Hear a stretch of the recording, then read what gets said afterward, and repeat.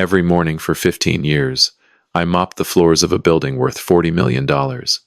My son walked past me every single day without saying hello. He told his coworkers I was just the janitor. He told his wife I was just a burden. Last Thursday, at the birthday party he threw for me in my own building, I finally showed him who signs his paycheck. I truly appreciate you being here with me. Take a moment to comment where you are watching from.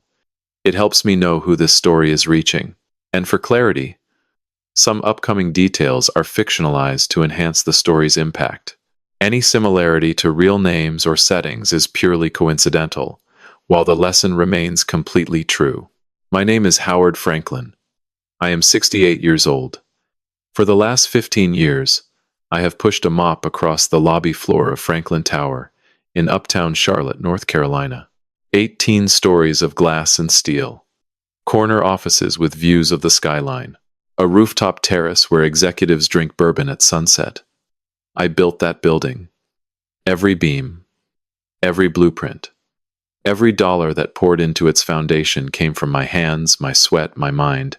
But nobody knows that. Nobody except Victor and my lawyer. To the world, I am just Howie the janitor. The old man in the blue uniform who empties the trash cans and fixes the bathroom faucets. I arrive every morning at 5:30. The lobby is empty at that hour. Just me and the marble floor, and the sound of my mop sliding back and forth. I like the quiet. I like the way the sunrise hits the glass panels and throws gold across the tiles. I like knowing that every inch of this place exists because I willed it into existence. At exactly 7:45, the elevator dings. The employees start flooding in. They carry their coffees and their briefcases and their ambitions. They walk across my wet floor without looking down. They do not see me. I am furniture to them.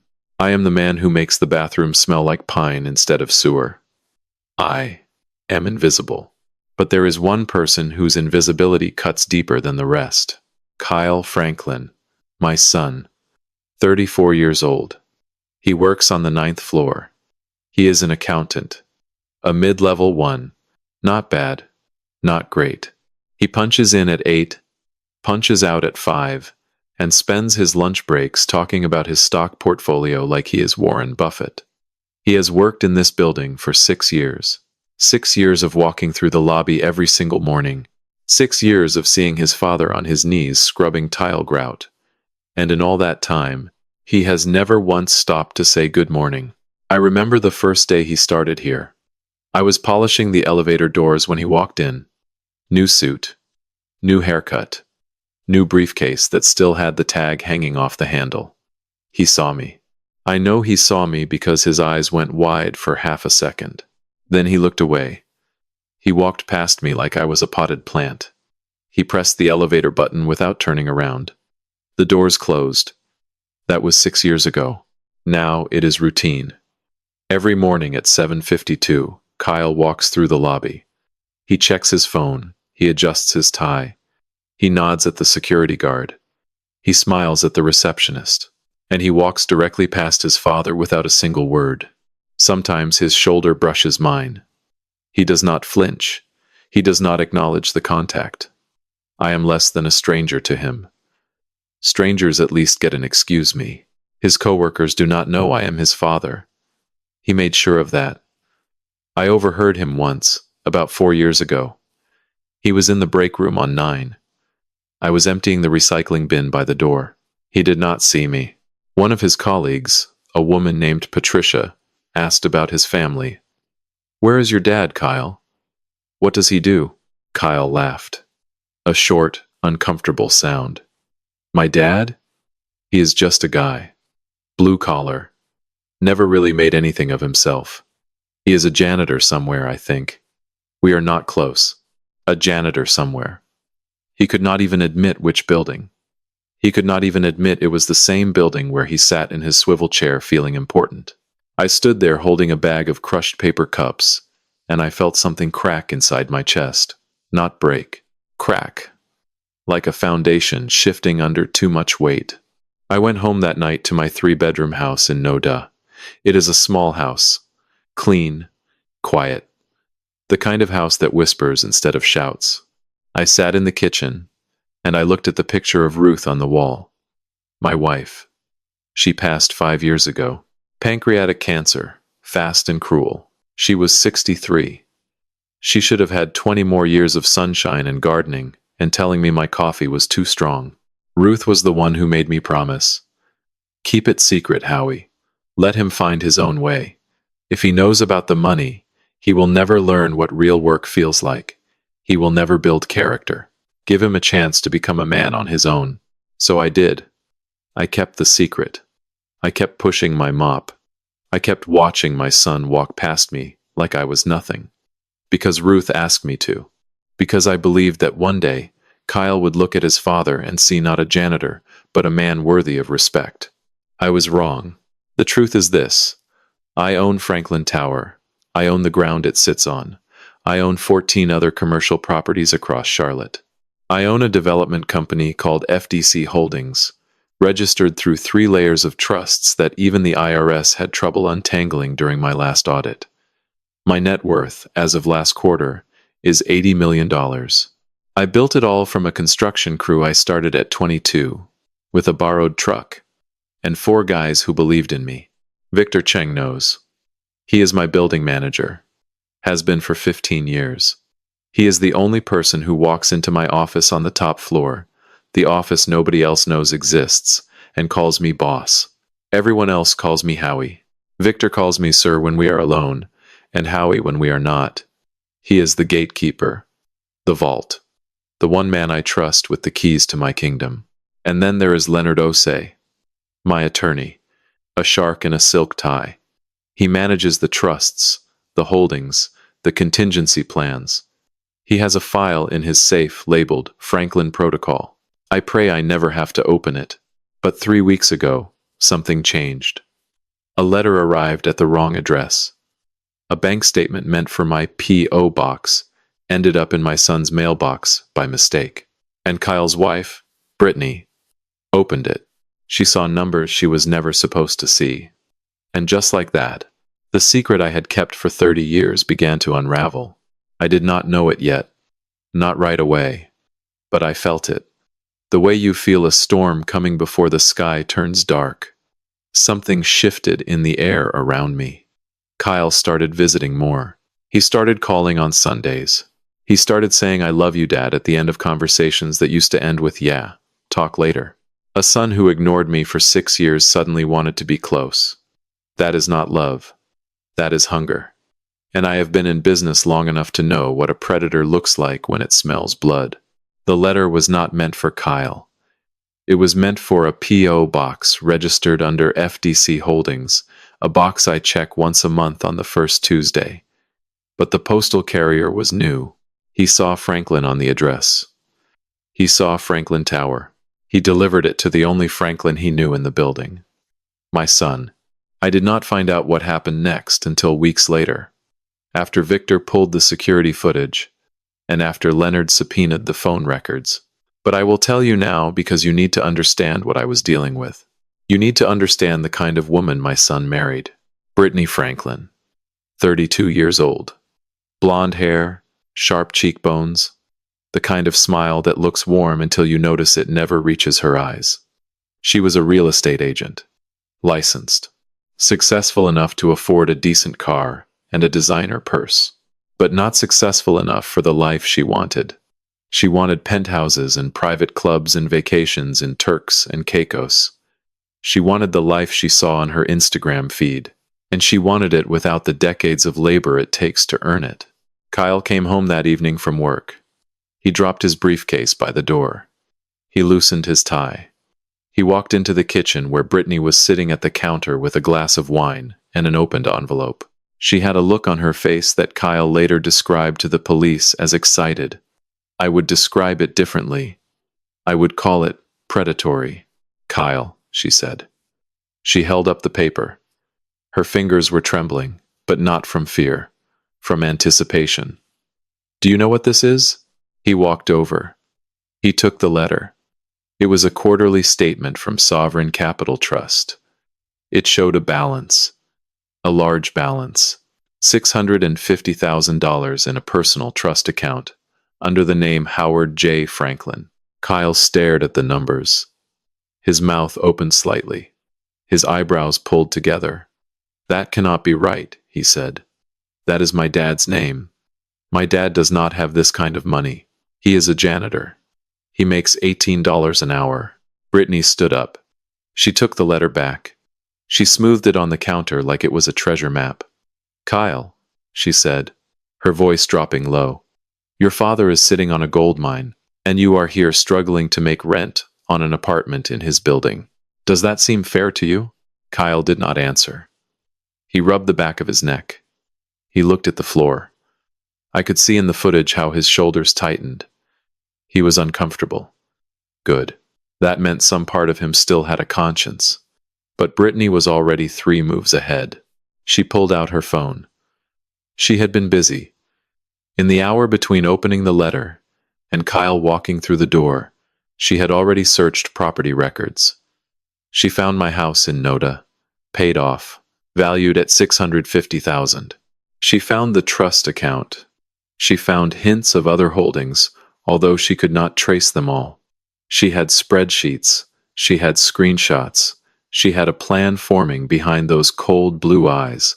Your father owns a house worth over $500,000, Brittany said. He has a trust account with $650 in it. He probably has more hidden somewhere. And he lives like a pauper. He wears the same 3 shirts. He drives a truck from 2009. He eats canned soup for dinner. Her lip curled. He is either crazy or he is hoarding. Either way, that money should be yours, Kyle. You are his only son. You are his only family.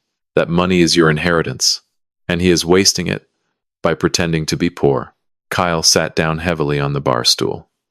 I do not know, Britt, he said. His voice was weak. Maybe he is just humble. Maybe he likes his life simple. It is his money. Brittany slammed her palm on the counter. The wine glass rattled. Her voice turned sharp like a blade being unsheathed. His money? He is 68 years old, Kyle. He mops floors for a living. He forgets things. Last Thanksgiving he called me Karen twice. He could not remember where he parked his truck. He is declining, Kyle. He is losing it. And when he is gone, where does that money go? To charity? To the church? To some stranger who brings him soup? She leaned in close. Her perfume was expensive. Her words were cheap. Or it goes to us, his family, the people who deserve it. But only if we act now, before he gives it away. Before he loses his mind completely and someone else swoops in. Kyle was quiet for a long time. I watched the footage of him sitting there, staring at his hands, wrestling with whatever remained of his character. I wanted to believe he would say no. I wanted to believe the boy I raised, the boy Ruth sang to sleep every night, the boy I taught to ride a bike in the driveway, would stand up and say that is my father, and I will not betray him. He did not. What do you want to do? Kyle asked. His voice was barely a whisper, but it was enough. That whisper was the sound of a door closing, the sound of a son choosing greed over gratitude. Brittany smiled. It was the ugliest beautiful smile I have ever seen. We need a doctor, she said. Someone who will say he is not competent. If we can get him declared mentally unfit, we petition for guardianship. Guardianship gives us control of his finances, his property, everything. We sell the house. We access the trust. We take what is ours. Kyle swallowed hard. Where do we find a doctor who would do that? Brittany picked up her phone. She scrolled through her contacts. She stopped on a name. Diane Holloway. I know someone, she said. She is not technically a doctor anymore, but she knows the paperwork. She knows what to write. And she will do it for $10,000. A woman willing to destroy my life for $10,000. That was my price. Less than the cost of the espresso machine sitting on their kitchen counter. Kyle nodded. He did not ask questions. He did not push back. He just nodded like a puppet whose strings had been pulled tight. They spent the next 3 hours at that kitchen counter. Planning. Scheming. Drawing up timelines. Brittany wrote everything in a notebook with a pink leather cover. Step 1. Cognitive evaluation. Step 2. Emergency guardianship petition. Step 3. Sell the house. Step 4. Liquidate the trust. Step 5. Birthday party. The party was Brittany's idea. She said they needed witnesses. They needed people to see Howard acting confused. They needed a public moment that would support the medical report. A birthday party would bring everyone together. It would be the stage for my unraveling. She tapped her pen on the notebook. And here is the thing, she said. If the evaluation alone is not convincing enough, we can speed things along. Kyle looked at her. What do you mean, speed things along? Brittany opened a browser on her phone. She typed something. She turned the screen toward Kyle. It was a website selling supplements. But she was not looking at vitamins. She was looking at something else. Something that would make an old man's hands shake. Something that would make his memory blur and his words slur. Something that would make a healthy 68-year-old man look like he was losing his mind. The next morning, my coffee tasted different. It started as a tingling in my fingertips. Nothing dramatic. Just a slight numbness like I had slept on my hands wrong. I noticed it on a Monday morning while I was mopping the third-floor corridor. The mop handle felt strange, slippery, like my grip was not quite connecting to the wood. By Tuesday, the tingling had moved into my wrists. My handwriting looked different, shaky. The letters leaned sideways like drunk men trying to find a wall to lean against. I wrote my name on the daily cleaning log and barely recognized it. Howard Franklin. It looked like someone else had written it. Wednesday was worse. I forgot the code to the supply closet. A 4-digit number I had punched in every morning for 15 years. It was just gone. Vanished from my mind like smoke in a breeze. I stood there staring at the keypad, my finger hovering over the buttons, and I felt a cold wave of panic wash through my chest. I tried 3 combinations before my muscle memory kicked in, and my hand moved on its own. Thursday, I dropped a bucket. It was full. Soapy water exploded across the 6th-floor hallway. I stood there watching it spread, watching the suds crawl toward the baseboards, and I could not remember why I was holding a bucket in the first place. For about 5 seconds, the world just stopped making sense. People noticed. The security guard, a young man named Terrence, asked if I was feeling okay. One of the administrative assistants on 7 brought me a bottle of water and touched my shoulder gently, like I was made of glass. Even the building engineer, a gruff man named Darnell who never said more than 2 words to me, stopped and asked if I needed to sit down. And Kyle. Kyle suddenly appeared more often. He started coming down to the lobby on his breaks. He would stand by the coffee kiosk and watch me from across the marble floor. He was not checking on me out of love. He was taking notes. He was cataloging my symptoms. He was watching his investment mature. On Friday morning, I sat at my kitchen table before dawn. The house was quiet. Ruth's picture watched me from the wall. Her eyes were kind, even in the photograph. I looked at my hands. They were shaking. Not badly, but enough. Enough to make a mop handle feel uncertain. Enough to make a judge think twice about my competence. Then I looked at the coffee mug in front of me. Brittany had started dropping off a thermos every morning that week. She said it was a new blend from a local roastery. She said she wanted to do something nice for me. She said it was organic and good for my joints. She smiled when she handed it to me. That smile that never reaches her eyes. I lifted the mug. I smelled it. Beneath the dark roast, beneath the hazelnut she used to mask it, there was something else. Metallic. Faint. Like licking a copper penny. Ruth's voice echoed in my memory. Trust your gut, Howie. You have survived 68 years on instinct. Do not stop now. I stood up. I walked to the kitchen sink. I poured the coffee down the drain. I watched the dark liquid swirl and disappear. Then, I rinsed the mug 3 times. I made my own coffee from the canister in the back of my cabinet, the one Brittany did not know about. I went to work that morning with clear eyes. I mopped my floors. I emptied my trash. I punched my code into the supply closet on the first try. No tingling, no fog, no confusion. By noon, my hands were steady as stone. By 3 o'clock, I felt like myself again, completely. The coffee. It was the coffee. My own daughter-in-law was poisoning me. Not enough to kill me. Just enough to make me look broken. Just enough to make the world believe I was slipping away. Just enough to steal everything I had built. I did not rage. I did not throw things or scream at the walls. I sat in the break room on the 14th floor, the one nobody uses because the vending machine is broken, and I breathed. In and out, slow and deep. I let the anger pass through me like a current. I let it sharpen me instead of shatter me. Then I made a decision. I would not stop drinking the coffee. Not publicly. I would take the thermos from Brittany every morning with a grateful smile. I would pour it down the drain in private. And I would keep acting. I would give them the confused old man they wanted. I would give them shaking hands and forgotten names and wandering eyes. I would give them a performance so convincing they would never see the blade coming. That evening, I called Victor Cheng. It was after hours. The building was empty.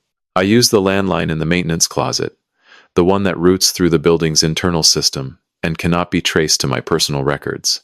Victor answered on the second ring. He always does. Vic, I said. Someone is poisoning me. There was a pause. A long one. I heard him set something down. A glass, maybe. Or a pen. When he spoke, his voice was tight. Controlled. Like a man trying very hard not to explode. Who? My daughter-in-law, I said. Brittany. Through the coffee she brings me every morning. I have been having symptoms all week. Tremors, memory fog, confusion. I stopped drinking it today, and everything cleared up within hours. Victor exhaled hard through his nose. That woman, he said. I knew something was wrong, boss. I have been meaning to call you. What do you mean? Victor's voice dropped even lower. 2 nights ago, I was reviewing the security footage from the management office. The one on 16. I do it every week, standard protocol. At 11:14 p.m., someone entered using a master keycard. I did not recognize them at first because they were wearing a hoodie. But I pulled the facial recognition software. It was Brittany. My chest tightened. What did she take? She did not take anything, Victor said. She copied. She used the copier in the corner. She was there for 22 minutes. I checked the copier log. She copied 14 documents. Boss, she copied your deed, your trust formation papers, the building ownership certificate, and the holding company registration. Everything. Silence on the line. I gripped the phone so hard my knuckles ached. Victor continued. I saved the footage, time-stamped, crystal clear. Her face, her hands on the documents, everything. I also pulled the keycard log. She used Kyle's card. He reported it lost 2 weeks ago and got a replacement. He never returned the old one. I closed my eyes. So they have been planning this for at least 2 weeks, I said.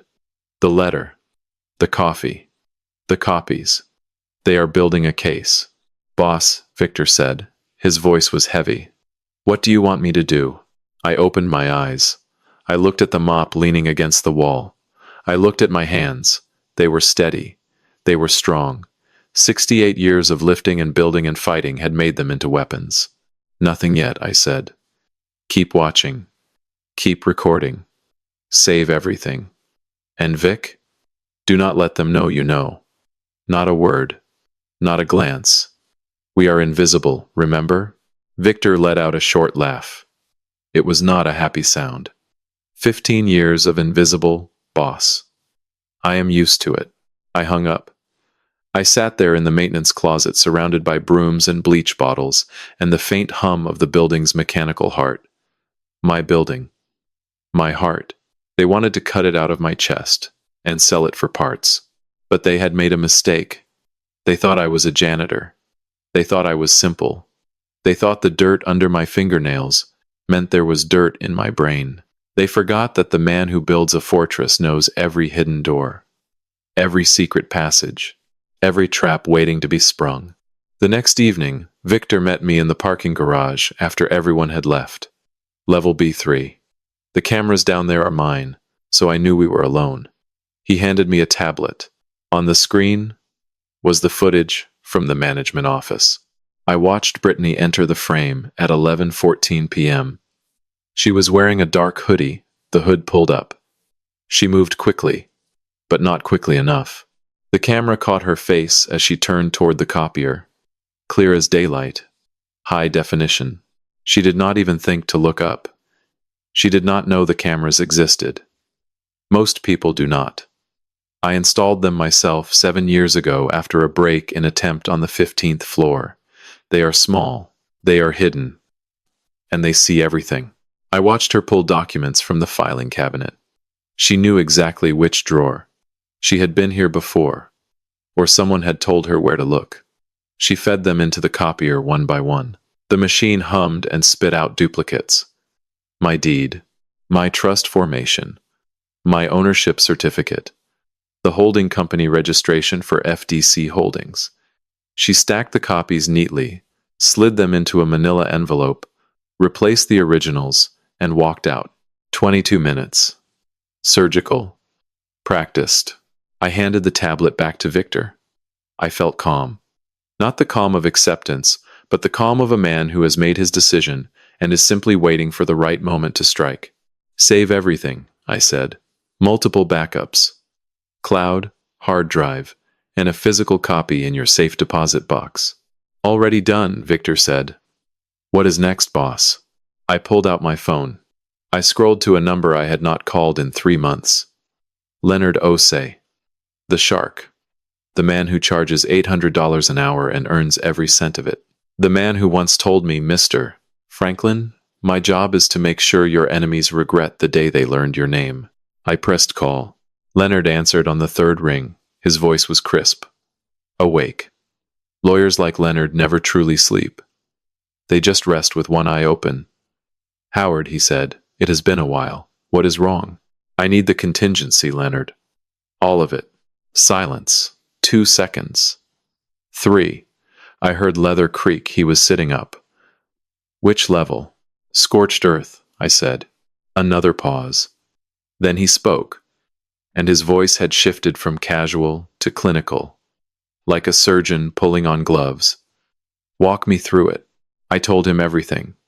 The letter, the coffee, the symptoms, the footage of Brittany in the management office, Kyle's sudden interest in my well-being, the pattern of premeditation. Leonard listened without interrupting. He was taking notes. I could hear the pen scratching across paper. When I finished, he exhaled slowly. This is attempted guardianship fraud, he said. Possibly attempted poisoning, which elevates it to assault. If they file the petition, it becomes conspiracy to commit elder abuse. And if that woman, Diane Holloway, signs a false medical evaluation, she is committing fraud and practicing medicine without a valid license. I know, I said. Howard, Leonard said. His voice dropped. I need to ask you something. And I need an honest answer. Is there any part of you that wants to stop this quietly? A warning? A conversation? A chance for your son to walk away? I looked out the windshield of my truck. The parking garage was empty.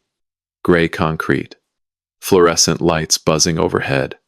Somewhere above me, 18 floors of steel and glass. My building. My life's work? No, I said. I gave him 15 years of chances, Leonard. 15 years of walking past me. 15 years of pretending I do not exist. And now he wants to lock me in a cage and sell my house. No more chances. Then we go to war, Leonard said. Here is what I need. First, do not stop the act. Keep playing confused. The more evidence they generate against you, the more evidence I have against them.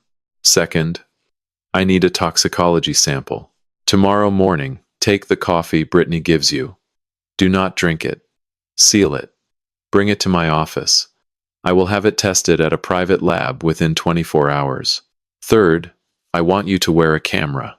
Every interaction with Kyle and Brittany, from this point forward, gets recorded. I have one, I said.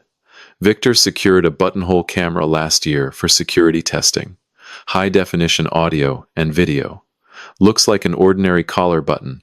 Perfect, Leonard said. Wear it everywhere, especially at the party. The party, I repeated. Leonard paused. What party?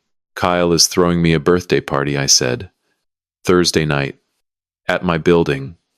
The conference floor. 200 guests. Leonard laughed.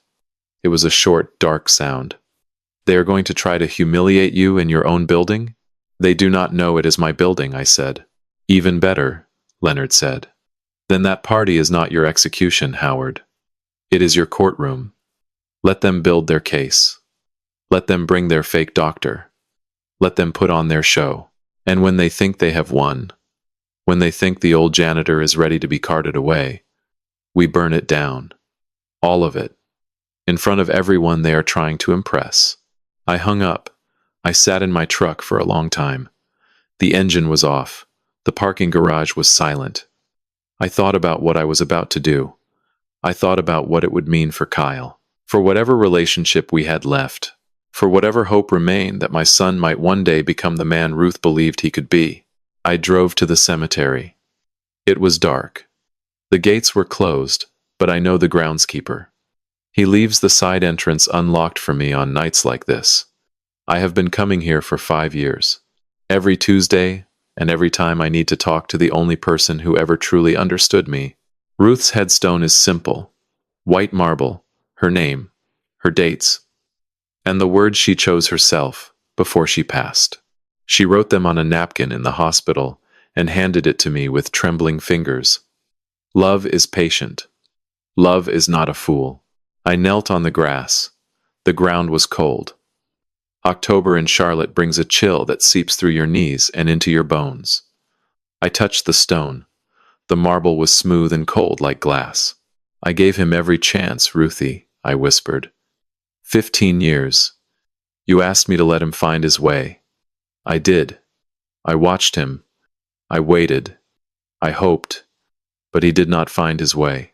He found a shortcut. And the shortcut runs right through me. The wind moved through the oak trees above me. It sounded like breathing. Like Ruth was listening. I have to do this, I said. Not for revenge.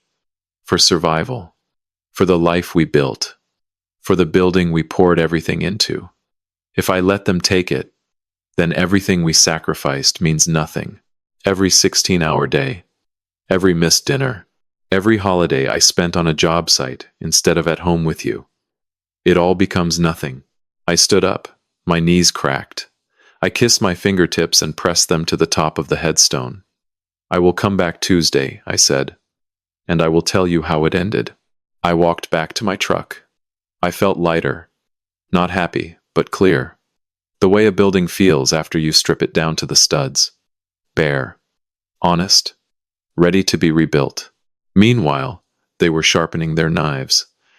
Kyle had already contacted a facility called Meadowbrook Behavioral Health.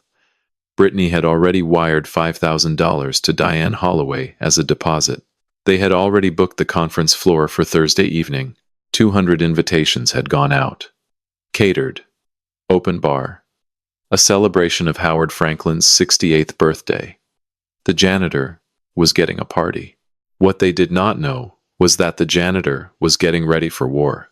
2 days before the party, I met Victor in the mechanical room on the basement level. Boilers humming. Electrical panels clicking. The smell of oil and warm metal. Nobody comes down here except maintenance staff. It is the only place in Franklin Tower where 2 men can plan a war without being heard. Victor had a blueprint of the conference floor spread across a work table. 18th floor. Glass walls on 3 sides. 1 main entrance. 2 emergency exits. 1 service elevator that only 3 people know the code to. Walk me through the sequence, Victor said. I traced my finger along the floor plan. At 7:50, I send you 1 word. Now, when you receive it, you lock down 18. Magnetic locks on both emergency exits. Override the main elevator to stop at 17. The only way up or down becomes the service elevator. What about the van? Victor asked. Medical transport, I said. 2 men in scrubs. They arrive at the loading dock around 8. Security stops them in the lobby. Building lockdown drill. They wait there until the police come. And Leonard? Leonard enters through the loading dock at 7:55. Service elevator to 18. His team waits in the storage room until it is time. Victor wrote it down. When do they know it is time? I looked at him. Everyone in that room will know. He stared at me for a moment. Then he nodded. 15 years I have watched you push that mop, boss.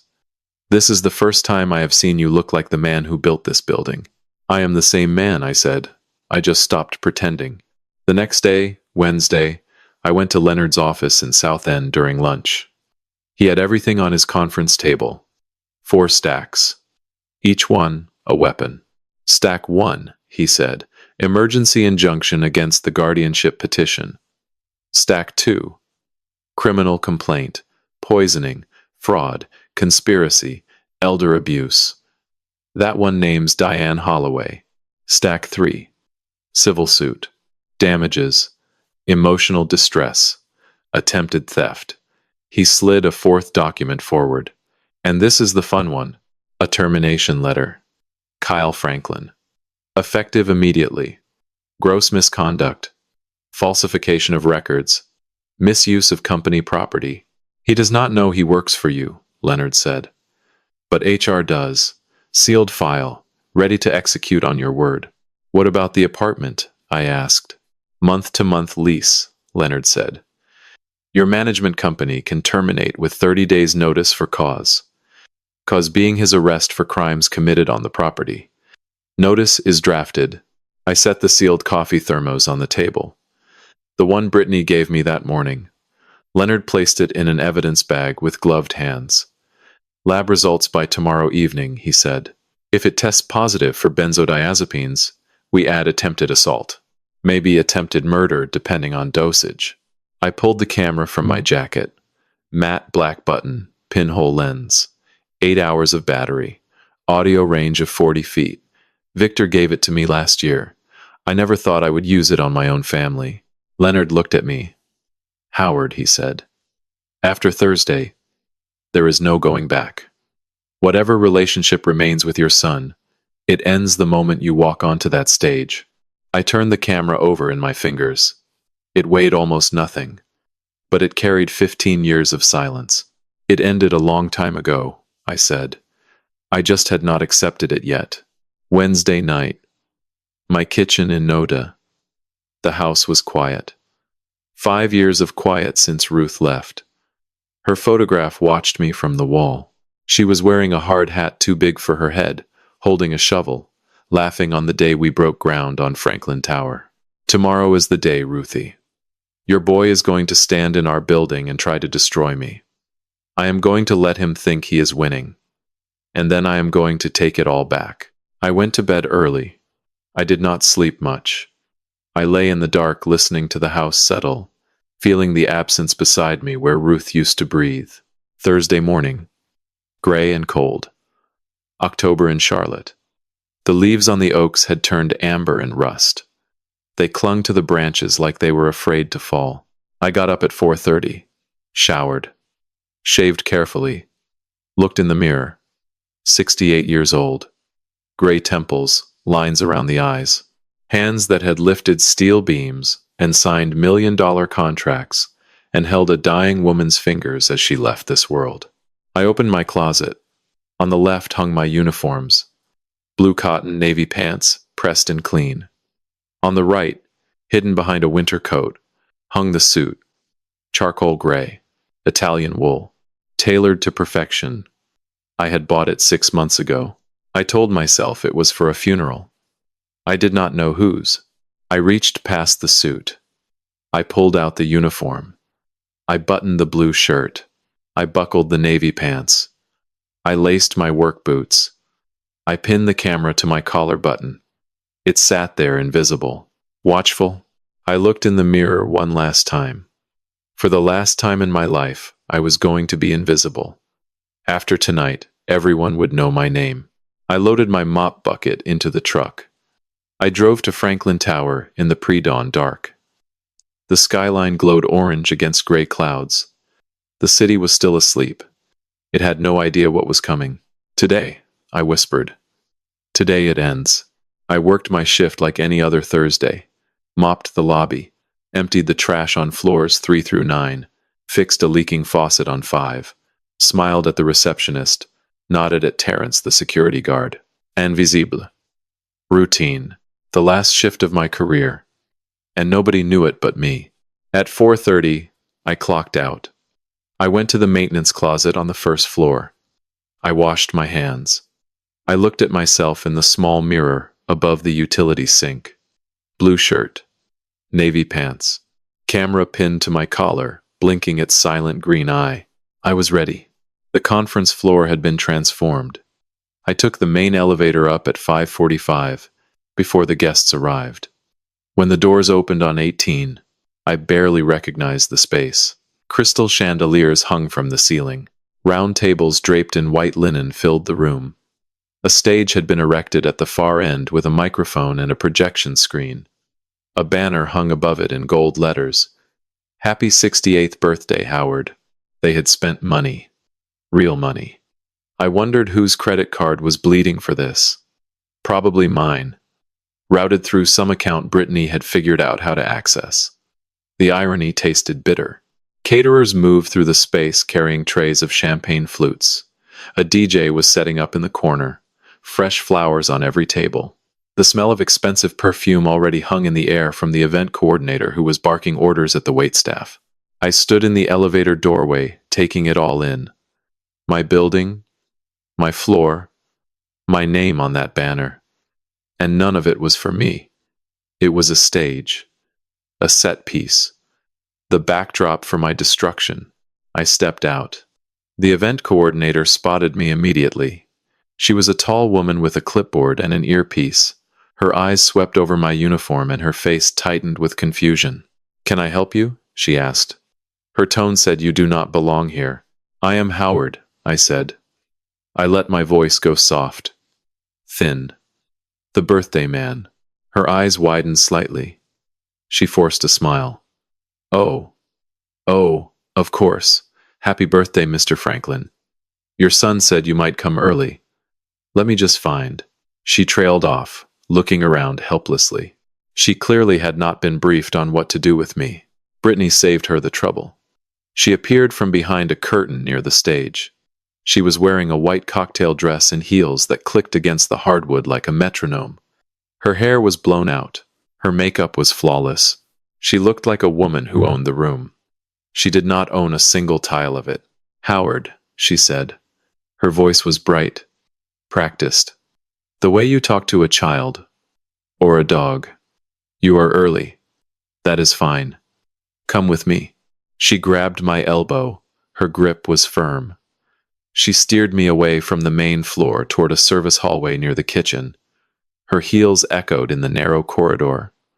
The smile was gone now. Her face was all business. "We need to talk about your outfit," she said. She stopped in front of a utility closet and opened the door.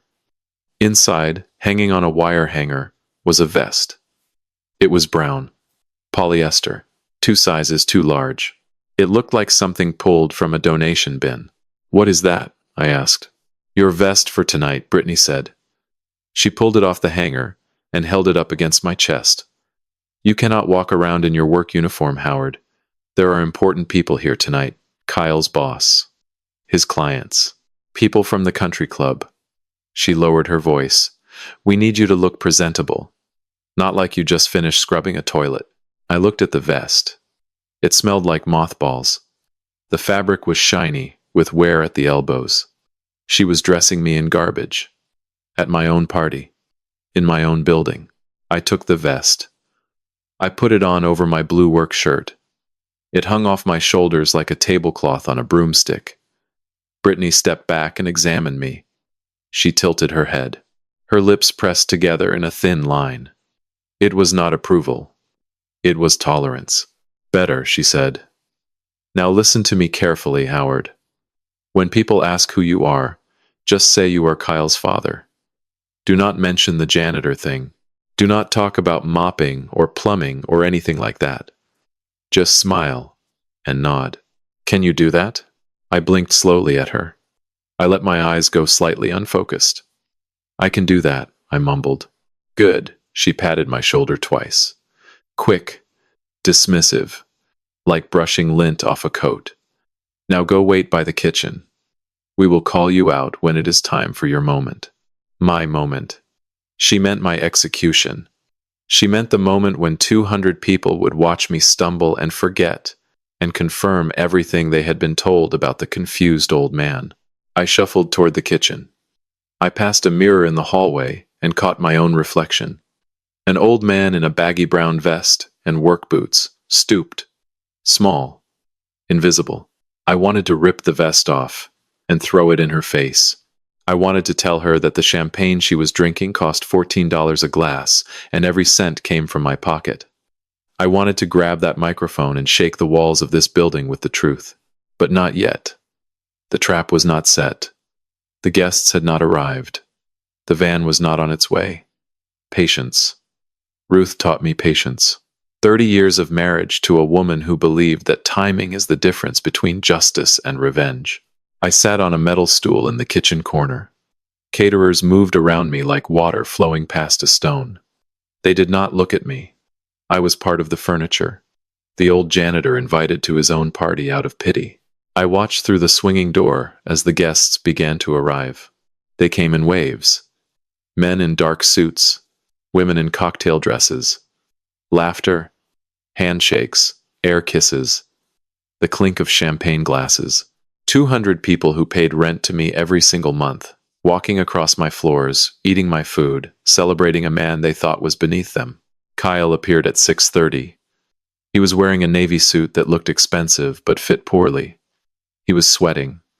His collar was dark with moisture. He kept pulling at his cuffs. He kept checking his phone. Every time the elevator dinged, his head snapped toward the doors. He was waiting for someone. The transport team. They were not due until 8. But Kyle was already nervous. Guilty men always are. He spotted me through the kitchen door. He walked over. He looked me up and down. The brown vest. The work boots. The slightly vacant expression I had perfected over the past week. Hey, Dad, he said. He put his hand on my shoulder. It was heavy.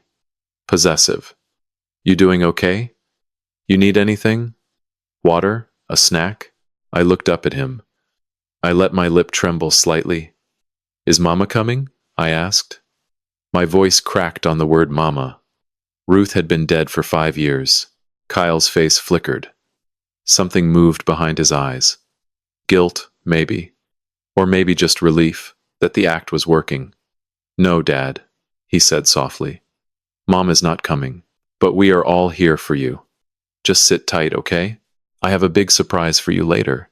A surprise. Restraints and a padded van.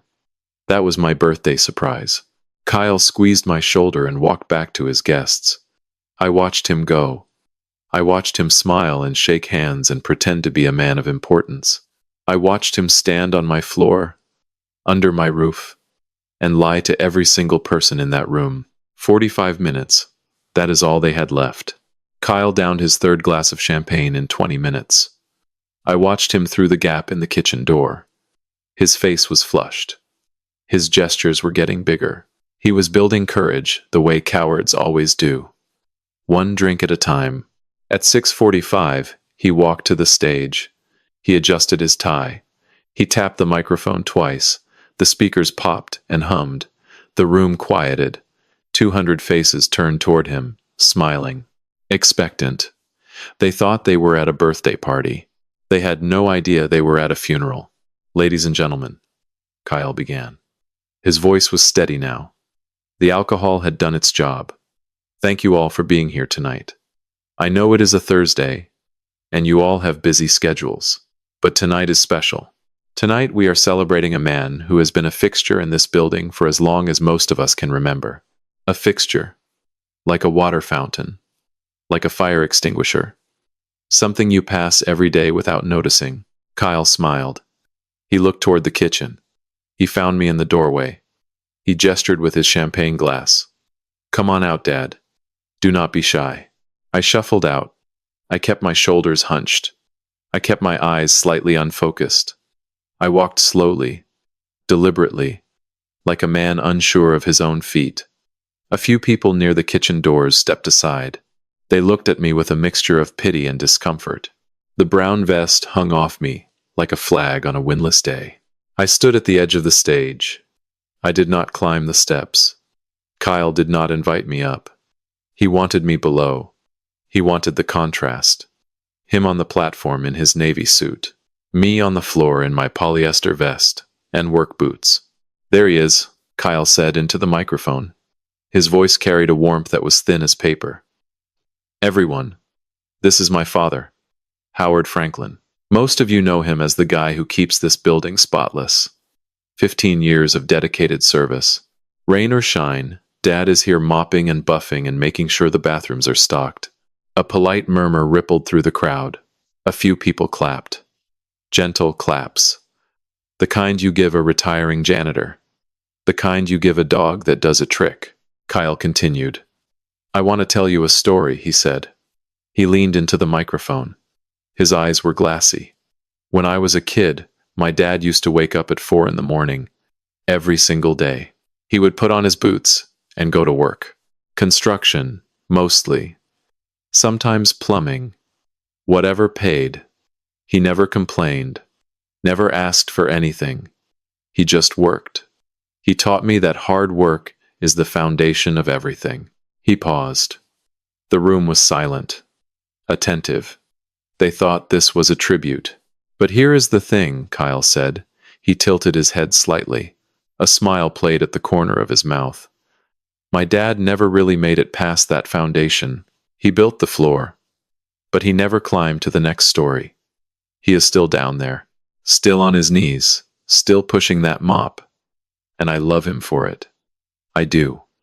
But I always told myself that I would build higher. That I would take what he started and go further." The room laughed. Soft, uncomfortable laughter. The kind people produce when they are not sure if they are supposed to laugh. But the speaker is smiling, so they follow along. Kyle raised his glass. "To my father," he said, "the hardest working janitor in Charlotte. He still thinks the building closes at 5, because that is when his shift ends. He still brings his lunch in a paper bag. He still calls the copier the printing machine." He paused for another laugh. It came. Louder this time. "But that is Dad. Simple. Honest. Old-fashioned. And tonight we celebrate him. May he finally get the rest he deserves. Rest." The word landed in my chest like a fist. Rest. He meant a sedated sleep in a locked ward. He meant a drugged twilight in a facility where nobody knows your name. He meant death without the courtesy of actually dying. 200 glasses rose into the air. "To Howard," they chorused. Crystal clinked. Champagne sparkled under the chandeliers. Everyone drank to the confused old man who deserved to be put away. I stood there below the stage. I smiled. I let my eyes water slightly. I waved one shaky hand at the crowd. "Thank you," I mumbled. My voice was thin and reedy. "Thank you all.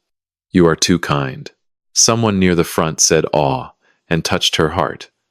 Another woman whispered to her husband, so sweet but so sad. A man in a gray suit near the bar shook his head and murmured, "Tough to watch them go like that." They were already mourning me. I was standing right there, alive and sharp as a blade, and they were mourning me like I was already gone. I retreated to the kitchen. I sat back on my metal stool. I pressed my palms flat against my thighs to stop them from shaking. Not from the poison. Not from weakness. From rage. Pure, white, hot, silent rage that burned through my veins like jet fuel. I thought about the day I broke ground on this building. 18 years ago. October then too. The same cold air. The same amber leaves. Ruth was there. She wore jeans and a hard hat, and she held my hand as the first excavator bit into the earth. "This is yours, Howie," she said. "You built this from nothing. From a truck and a handshake. Nobody can ever take this from you." I heard her voice now, clear as the champagne glasses ringing above me. "Nobody can take this from you." I checked my watch. 7:15. 30 minutes until Diane made her move. 45 minutes until the van arrived. 50 minutes until I sent the signal. Through the kitchen door, I could see Kyle. He was shaking hands, accepting congratulations on his speech. His boss, a tall man named Whitmore, clapped him on the back. "Great speech, Kyle. Very moving. Your old man seems like a character." Kyle laughed. "He is something, all right," he said. He glanced toward the kitchen, toward me. His smile faltered for just a moment. Then he turned back to Whitmore and raised his fresh glass. "Enjoy it, son," I thought. "Enjoy every handshake, every smile, every pat on the back. Because in 45 minutes, every person in this room is going to know exactly who you are, and they are going to watch you fall." The clock was ticking. The stage was set. The audience was seated. And the janitor was about to deliver the performance of his life. She came at 7:10, right on schedule. I saw her before she saw me. A woman in her mid-40s, medium height, brown hair pulled back in a low bun. She was wearing a navy blazer and a name tag that said Dr. Diane Holloway, Cognitive Wellness Associates. The name tag was printed on cardstock, not embossed, not laminated, homemade. She was not a doctor. Her medical license had been revoked 3 years ago for falsifying patient records at a nursing home in Raleigh. She had been a nurse practitioner, not a psychiatrist, not a neurologist. A nurse who got caught forging signatures and billing insurance for services never rendered. Brittany found her on the internet. $10,000 for a fake evaluation. That was the going rate for destroying a man's freedom. I knew all of this because Leonard had pulled her file 48 hours ago. Her full history, her revocation, her current address, her bank records showing a $5,000 deposit from an account linked to Brittany Franklin. Leonard had everything, but I needed more. I needed her to perform the evaluation. I needed her to write the report. I needed her to commit the crime on camera so there would be no room for doubt in a courtroom. Diane scanned the kitchen. She spotted me on my metal stool in the corner. She put on a smile. It was warm, professional, practiced. The smile of a woman who had fooled vulnerable people before and was confident she could do it again. "Hi there," she said, walking toward me with an outstretched hand. "You must be Howard. I am Diane. I am a friend of Kyle's. He told me so much about you. Mind if I sit with you for a bit? It is loud out there." She pulled up a stool next to me. She crossed her ankles. She set her clutch purse on the counter. Inside, I could see the edge of a clipboard, a pen, a pre-printed evaluation form. She was ready to diagnose me in 15 minutes over small talk. I looked at her with my best confused expression. Soft eyes, slack jaw. A slight tilt of the head like a dog hearing a strange noise. "Do I know you?" I asked. My voice wavered. "Are you from the church?" Diane's smile widened. "No, sweetheart," she said. "I am just a friend. Tell me, Howard, how are you feeling tonight? Are you enjoying your party?" I nodded slowly. "It is nice," I said. "There are a lot of people. I do not know most of them." I paused. I looked around the kitchen. "Is this my house?" Diane reached into her purse casually. She pulled out the clipboard and set it on her lap, angled away from me. But I could see it. My vision is perfect. 20/20, confirmed by my ophthalmologist 6 weeks ago. The form at the top read, Cognitive Assessment. Informal Evaluation. Patient name, Howard Franklin. The date was already filled in. The conclusion section at the bottom already had 2 words written in pencil. Severe decline. She had filled in the conclusion before asking me a single question. "Howard," Diane said gently, "can you tell me what day of the week it is?" I squinted. I rubbed my forehead. I let my hand tremble. "Is it Sunday?" I asked. "It feels like Sunday." She made a note. "And what month are we in?" I looked at the ceiling. I counted on my fingers. "April? No. Wait. June. It is June, right? The heat. It was October." She wrote another note. Howard, can you count backward from 100 by sevens for me? I stared at her. 100, I said slowly. Then 90. Then... I stopped. I shook my head. I cannot do that. My wife used to help me with numbers. She is better at that. Diane nodded sympathetically. Your wife? Is she here tonight? I smiled. A dreamy, faraway smile. She should be, I said. She loves parties. Ruth loves music. She used to dance in the kitchen when she thought nobody was watching. Ruth passed away 5 years ago, Diane said softly. She was testing me. I blinked. I let my face go blank. Then I let confusion wash over it like a wave. She did? I said. My voice cracked. When? Nobody told me. Why didn't somebody tell me? Diane patted my hand. It is okay, Howard. It is okay. You are safe. She picked up her pen. She was writing quickly now. Disorientation. Temporal confusion. Inability to perform serial calculations. Lack of awareness regarding spouse's death. Emotional dysregulation. She underlined the last 2 words. I watched her write. I read every word upside down. Her handwriting was sloppy. Her abbreviations were nursing shorthand, not psychiatric notation. A real psychiatrist would have used the Montreal Cognitive Assessment. A real psychiatrist would have asked about executive function, visuospatial abilities, abstraction. Diane was running through a checklist she had probably found on Google. She thought she was evaluating a broken mind. She had no idea she was performing for a camera that captured every stroke of her pen, every leading question, every pre-written conclusion. She was handing me her own conviction on a silver platter. Howard, one more question, she said.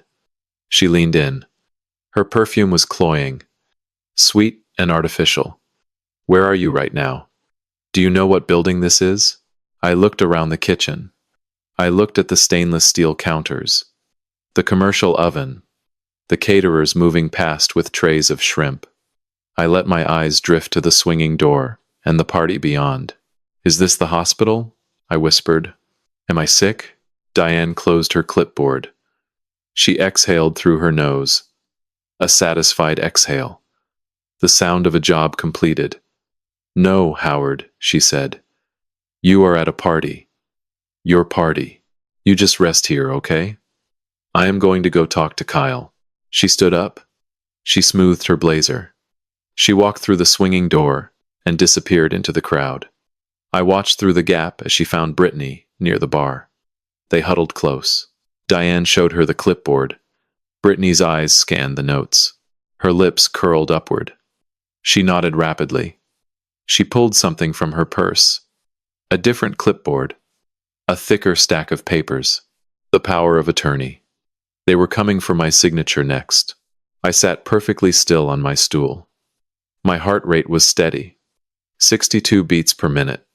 My mind was clear, as polished glass. I touched the camera button at my collar.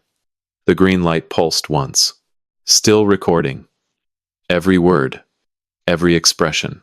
Every damning scratch of Diane Holloway's fraudulent pen. 14 minutes. That performance had taken me 14 minutes.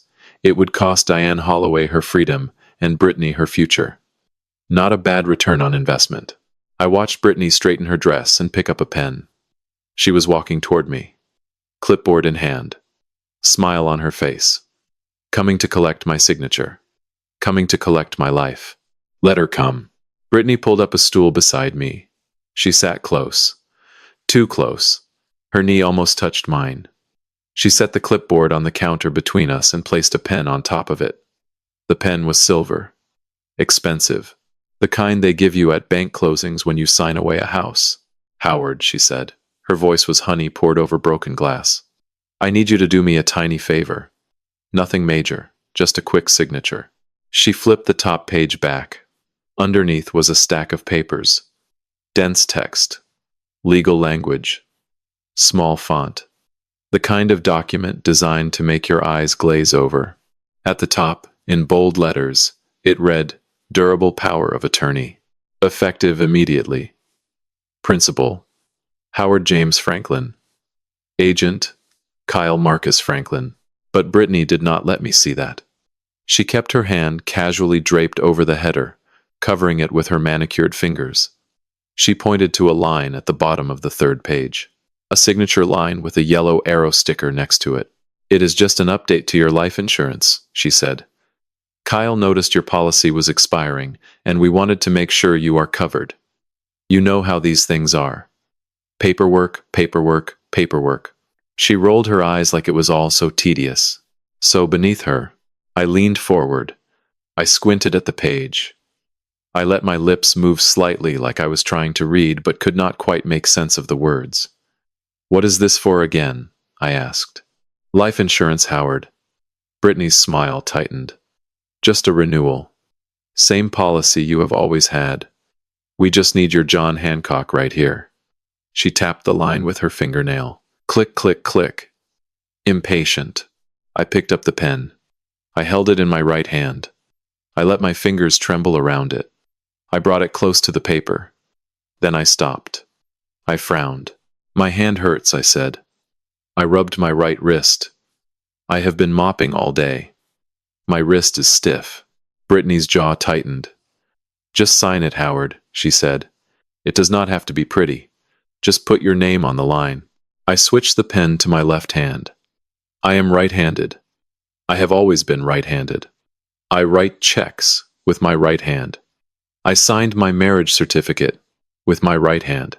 Every legal document I have ever executed in 68 years has my right-handed signature on it. Kyle knows this. Or he should know this if he ever paid a moment of attention to his father. But Brittany does not know. She has known me for 8 years, and she has never once watched me write. She has never asked me to sign a birthday card. She has never handed me a pen for anything. I am invisible to her. And invisible men do not have dominant hands. I gripped the pen awkwardly in my left fist. I leaned over the paper. I wrote my name, Howard Franklin. It came out jagged, crooked. The letters leaned in different directions, like drunks stumbling home. The F in Franklin looked more like a T. The D in Howard looked like a lowercase a. It was the handwriting of a man whose mind had left the building, and it was legally worthless. A signature executed with the non-dominant hand under false pretenses on a document misrepresented to the signer. Leonard would tear it apart in 30 seconds. But Brittany did not know that. She saw ink on the line. She saw victory. She snatched the clipboard away. She did not even look at the signature. She was already standing up, already turning away, already walking toward the swinging door. She was practically glowing. Thank you, Howard, she called over her shoulder. You just rest now. We will take care of everything. Yes, you will, I thought. You will take care of everything right up until the moment everything takes care of you. She disappeared through the door. I sat still. I breathed. I counted heartbeats. 1, 2, 3, 4. Then I heard it. Kyle's voice. Coming from the hallway behind the kitchen. The service corridor that connects to the loading dock elevator. He was on the phone. He was pacing. I could hear his shoes squeaking on the linoleum. Yeah, he said. 15 minutes out? Good. Come to the loading dock. Level 1. There is a service entrance on the south side. I will have someone meet you there. A pause. Kyle laughed nervously. No, he should be compliant. He has been pretty out of it all night. But bring the sedative just in case. He is a big guy. Old, but strong. If he fights, you will need it. My son was ordering sedatives for me. My son was arranging restraints. He was standing 50 feet away from me in a building I built with my own hands, coordinating my kidnapping like he was ordering a pizza. I heard him hang up. His footsteps moved away, back toward the party. The music was louder now. The DJ had switched to something with a heavy bass that vibrated through the kitchen walls. Nobody would hear anything over that noise. That was the point. The music was a mask, a distraction. When the van arrived, nobody would notice. The confused old janitor would simply disappear, gone between one song and the next. I stood up from my stool. My knees did not crack. My back did not ache. I moved smoothly, silently, like a man half my age. I walked to the service hallway. I turned left. The men's restroom was at the end of the corridor. I pushed the door open. I locked it behind me. The fluorescent light buzzed overhead. I looked at myself in the mirror. Brown polyester vest. Blue work shirt. Camera button blinking green at my collar. An old man's face staring back at me. But the eyes were not old. The eyes were sharp, focused, burning with something that had been building for 15 years. I pulled out my phone. The screen glowed in the harsh light. I opened the messaging app. Victor's contact was at the top. My thumb hovered over the keyboard. 15 minutes. That is what Kyle said. 15 minutes until the van. 15 minutes until two men in scrubs walked into my building expecting to drag out a confused old man in a cheap vest. They were going to find something very different waiting for them. I typed 3 letters. N-O-W. I stared at the word on the screen. Such a small word. 3 letters. 1 syllable. But it carried the weight of 15 years. 15 years of silence. 15 years of invisibility. 15 years of watching my son walk past me without a word. I pressed send. The message delivered. A blue check mark appeared. Victor had received it. It was done. The clock had started. The locks were engaging. The elevator was stopping. Leonard was moving. The building was sealing itself shut like a vault. I pocketed my phone. I looked in the mirror one more time. I reached up and unpinned the brown polyester vest. I dropped it on the bathroom floor. It landed in a heap. A dead skin. A shed disguise. I walked out of the restroom and turned right. Toward the employee changing room. Toward the locker where my real suit was waiting. Charcoal gray. Italian wool. Silk lining. It was time to stop being invisible.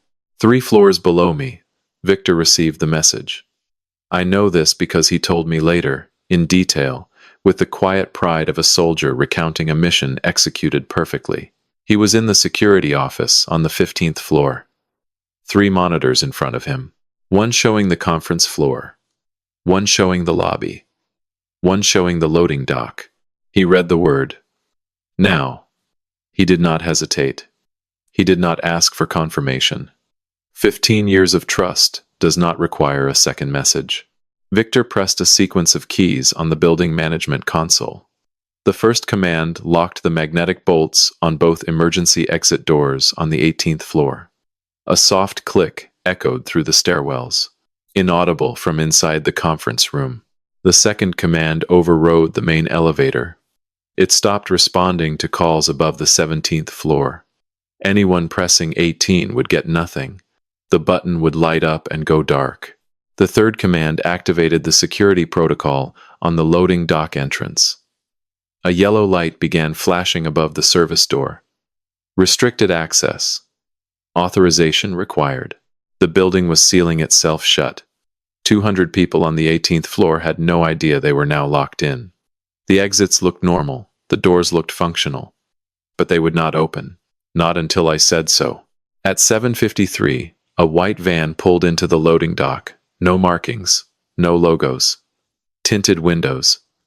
2 men in blue scrubs stepped out. They were large. Thick-necked. The kind of men hired for their size, not their medical knowledge. One carried a small black bag. The sedative kit. The other carried nylon restraints looped over his forearm like bracelets. They walked toward the service entrance. Terrence, my security guard, was waiting. He stood in front of the door with his arms crossed. His face was stone. "Building lockdown drill," Terrence said. "No unauthorized entry. You will need to wait here." The larger man frowned. "We have an appointment," he said. "We are here to pick up a patient." Kyle Franklin arranged it. Terrence did not move. "Sir, this building is in lockdown mode. No one enters or exits until the drill is complete. Please wait in your vehicle." I will notify you when access is restored." The men looked at each other. They were confused. This was not in the script Brittany had given them. But they were hired muscle, not thinkers. They retreated to the van. They sat there with the engine running, waiting for a clearance that would never come. At 7:55, a black sedan pulled into the loading dock from the opposite entrance. Leonard Osei stepped out. Charcoal suit, burgundy tie, alligator skin briefcase. Behind him, 3 junior associates emerged, carrying banker boxes filled with documents. Behind them, a man with a compact video camera. And behind him, a woman in a dark blazer. Detective Rena Watkins, Charlotte Mecklenburg Police Department, White Collar Crimes Division. Leonard had called her that afternoon. She had been waiting. They walked past the white van without a glance. Terrence opened the service door for them. They entered the building and moved directly to the service elevator. The one nobody knows about. The one hidden behind a maintenance panel in the basement corridor. Victor had already keyed in the access code remotely. The doors slid open. They stepped inside. Leonard pressed 18. While they rose silently through the guts of my building, I was standing in the employee changing room on the 16th floor. It was a small space. Gray lockers, a wooden bench, the smell of cleaning products and deodorant. I stood in front of locker number 7. My locker.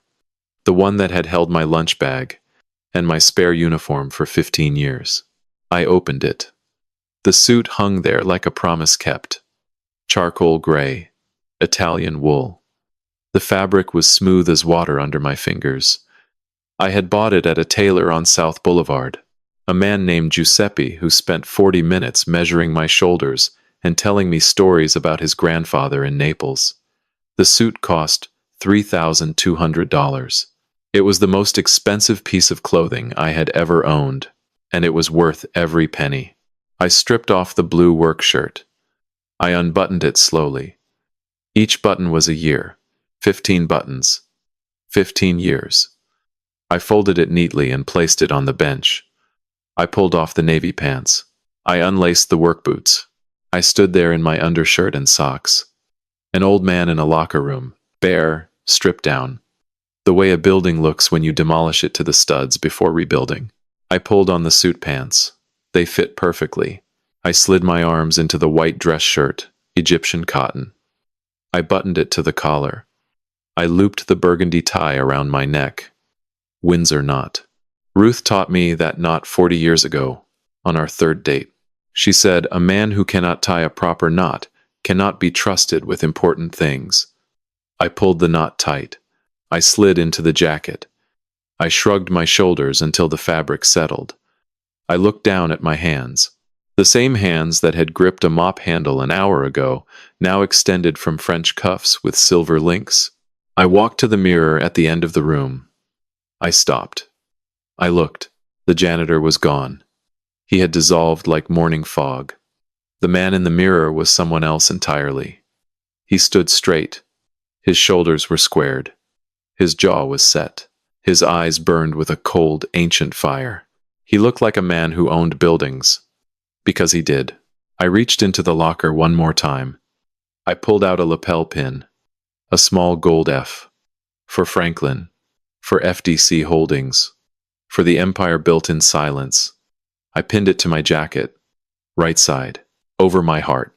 I transferred the camera button from my old shirt collar to the suit lapel. It sat next to the gold pin. Still blinking green. Still watching. Still recording. I closed the locker. I did not lock it. I would never open it again. I checked my phone. A message from Victor. "Leonard is in position. Storage room. Waiting on you. Detective Watkins is with them. Van neutralized. All exits sealed. You are clear." I typed back 2 words. Coming up. I walked to the service elevator at the end of the hallway. I punched in the code. The doors opened. I stepped inside. I pressed 18. The elevator hummed as it carried me upward. I watched the numbers climb. 16. 17. 18. I thought about Ruth. I thought about the morning she handed me the blueprints for this building and said, "Build something that will outlast us both, Howie." I thought about Kyle walking through the lobby this morning without looking at me. I thought about Brittany's fingers covering the word power of attorney. I thought about Diane's pre-written conclusion. Severe decline. The elevator stopped. The doors did not open immediately. There was a pause. A breath. The building holding its lungs. I straightened my tie. I rolled my shoulders. I lifted my chin. The doors slid open. The storage room was directly ahead. Leonard stood there with his team. He saw me. His eyes widened for just a moment. Then he smiled. A predator's smile. A shark scenting blood in the water. "Mr. Chairman," he said quietly, "you look ready." Beyond the storage room door, I could hear the music. The laughter. The clinking glasses. 200 people celebrating the death of a man who was about to be resurrected. "I am ready," I said. I walked to the ballroom doors. I placed both hands flat against the wood. I could feel the bass vibrating through the grain. I could feel 200 heartbeats on the other side. I pushed. The doors swung open and hit the walls with a sound like thunder. Every head in that room turned. 200 faces. 200 pairs of eyes. The music was still playing, but nobody was listening to it anymore. They were looking at the man standing in the doorway. I stepped forward.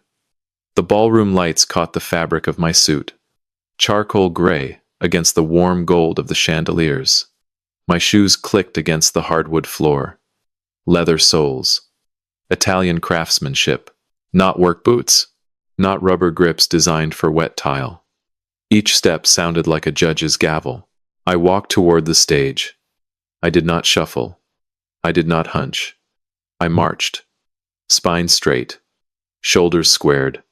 Arms loose at my sides. The walk of a man who has entered 1,000 boardrooms and left each one with what he came for. The crowd parted. They did not know why. Instinct, maybe. Something primal that told them to make way. A woman near the front stepped backward and bumped into her husband's chest. A man holding a champagne flute let his arm drop slowly to his side. The glass forgotten. Whispers began. "Who is that? Was he invited? He looks familiar. Wait, is that the janitor?" I saw Kyle. He was standing near the bar with Whitmore, his boss. He had been laughing at something. The laugh died on his face like a light being switched off. His mouth stayed open, but no sound came out. His champagne glass tilted in his hand. A thin stream of liquid spilled over the rim and dripped onto his shoe. He did not notice. I saw Brittany. She was near the stage, clutching the clipboard to her chest like a shield. Her face went white, not pale. White. The color of paper, the color of bone. Her champagne flute slipped from her fingers.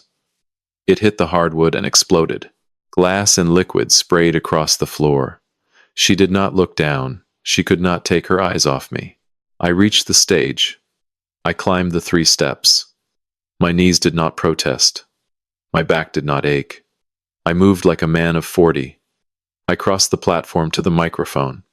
Kyle's microphone. The one he had used 30 minutes ago to tell 200 people I was a simpleton who could not find his way past a mop closet. I wrapped my hand around the mic stand. I adjusted it upward. Kyle had set it low. He was shorter than me. I pulled it to my height. My full height. 6 feet 1 inch of a man who had been stooping for 15 years just to make his son feel tall. I looked out at the room. Silence. Complete. Absolute silence. Even the DJ had killed the music.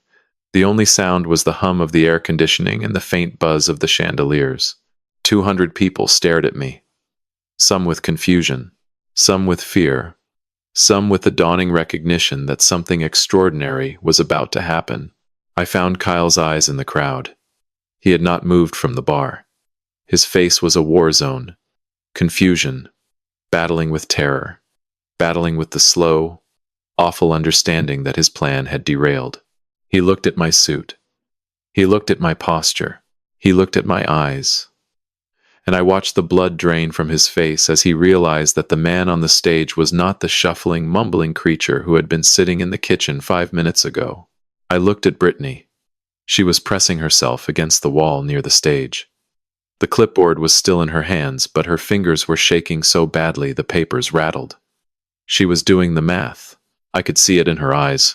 The frantic calculation of a woman whose house of cards was trembling in a sudden wind. I looked at Diane Holloway. She was standing by the dessert table. Her face was gray. She had recognized me, too. She had diagnosed me as severely declined 40 minutes ago. Now I was standing on a stage in a $3,000 suit, looking sharper than any man in the room. She knew what that meant for her. I tapped the microphone once. The sound popped through the speakers. Every shoulder in the room flinched. "Good evening," I said. My voice was not thin. It was not reedy. It was not confused. It filled the room the way water fills a glass, completely, to the brim, deep and resonant and steady as bedrock. My son just introduced me as the janitor. The hardest working janitor in Charlotte, I believe were his exact words. He told you I push a mop. He told you I think the building closes at 5. He told you I bring my lunch in a paper bag. I paused. I let the silence breathe. He was not wrong about some of that. I do push a mop. I have pushed one in this building every morning for 15 years. But my son left out one small detail. I gripped the microphone stand. I leaned in close. I looked directly at Kyle. "I own this building." The words landed like a bomb detonating in the center of the room. I felt the shock wave. 200 people inhaled at the same time. The sound was a gasp that rippled through the crowd like wind through wheat. "My name is Howard James Franklin," I said. "I am not your janitor. I am your landlord. Every single person in this room pays rent to me. Every lease in this building has my signature on it. Every square foot of tile, every pane of glass, every steel beam from the foundation to the rooftop terrace. I built it. I paid for it. I own it." I let that settle. I watched it land on each face like rain, shock, disbelief, the slow pivot from pity to awe. "This building," I continued, "is one of 15 commercial properties I own in Charlotte. My company, FDC Holdings, developed this district 18 years ago. The parking garage across the street is mine. The office complex on Trade Street is mine. The mixed-use development on 4th is mine." I pointed at the floor beneath my feet. "My net worth, as of last quarter, is $80 million. The number hung in the air. 80 million. It echoed off the glass walls. It bounced between the chandeliers. It fell on Kyle like a guillotine blade. Kyle dropped his glass. It shattered. He did not hear it. His mouth was moving, but no words came out. His knees buckled slightly. Whitmore, his boss, took a step away from him, then another step. The distancing had already begun. Brittany let out a sound, a small strangled noise, half whimper, half scream swallowed before it could escape. She dropped the clipboard. The power of attorney papers scattered across the floor. The pages with my worthless left-handed signature floated down like dead leaves. But I was not done. I was not even close to done. "I have been invisible in this building for 15 years, I said. "I chose that.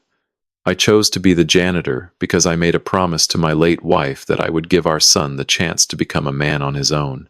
I kept that promise. 15 years of silence.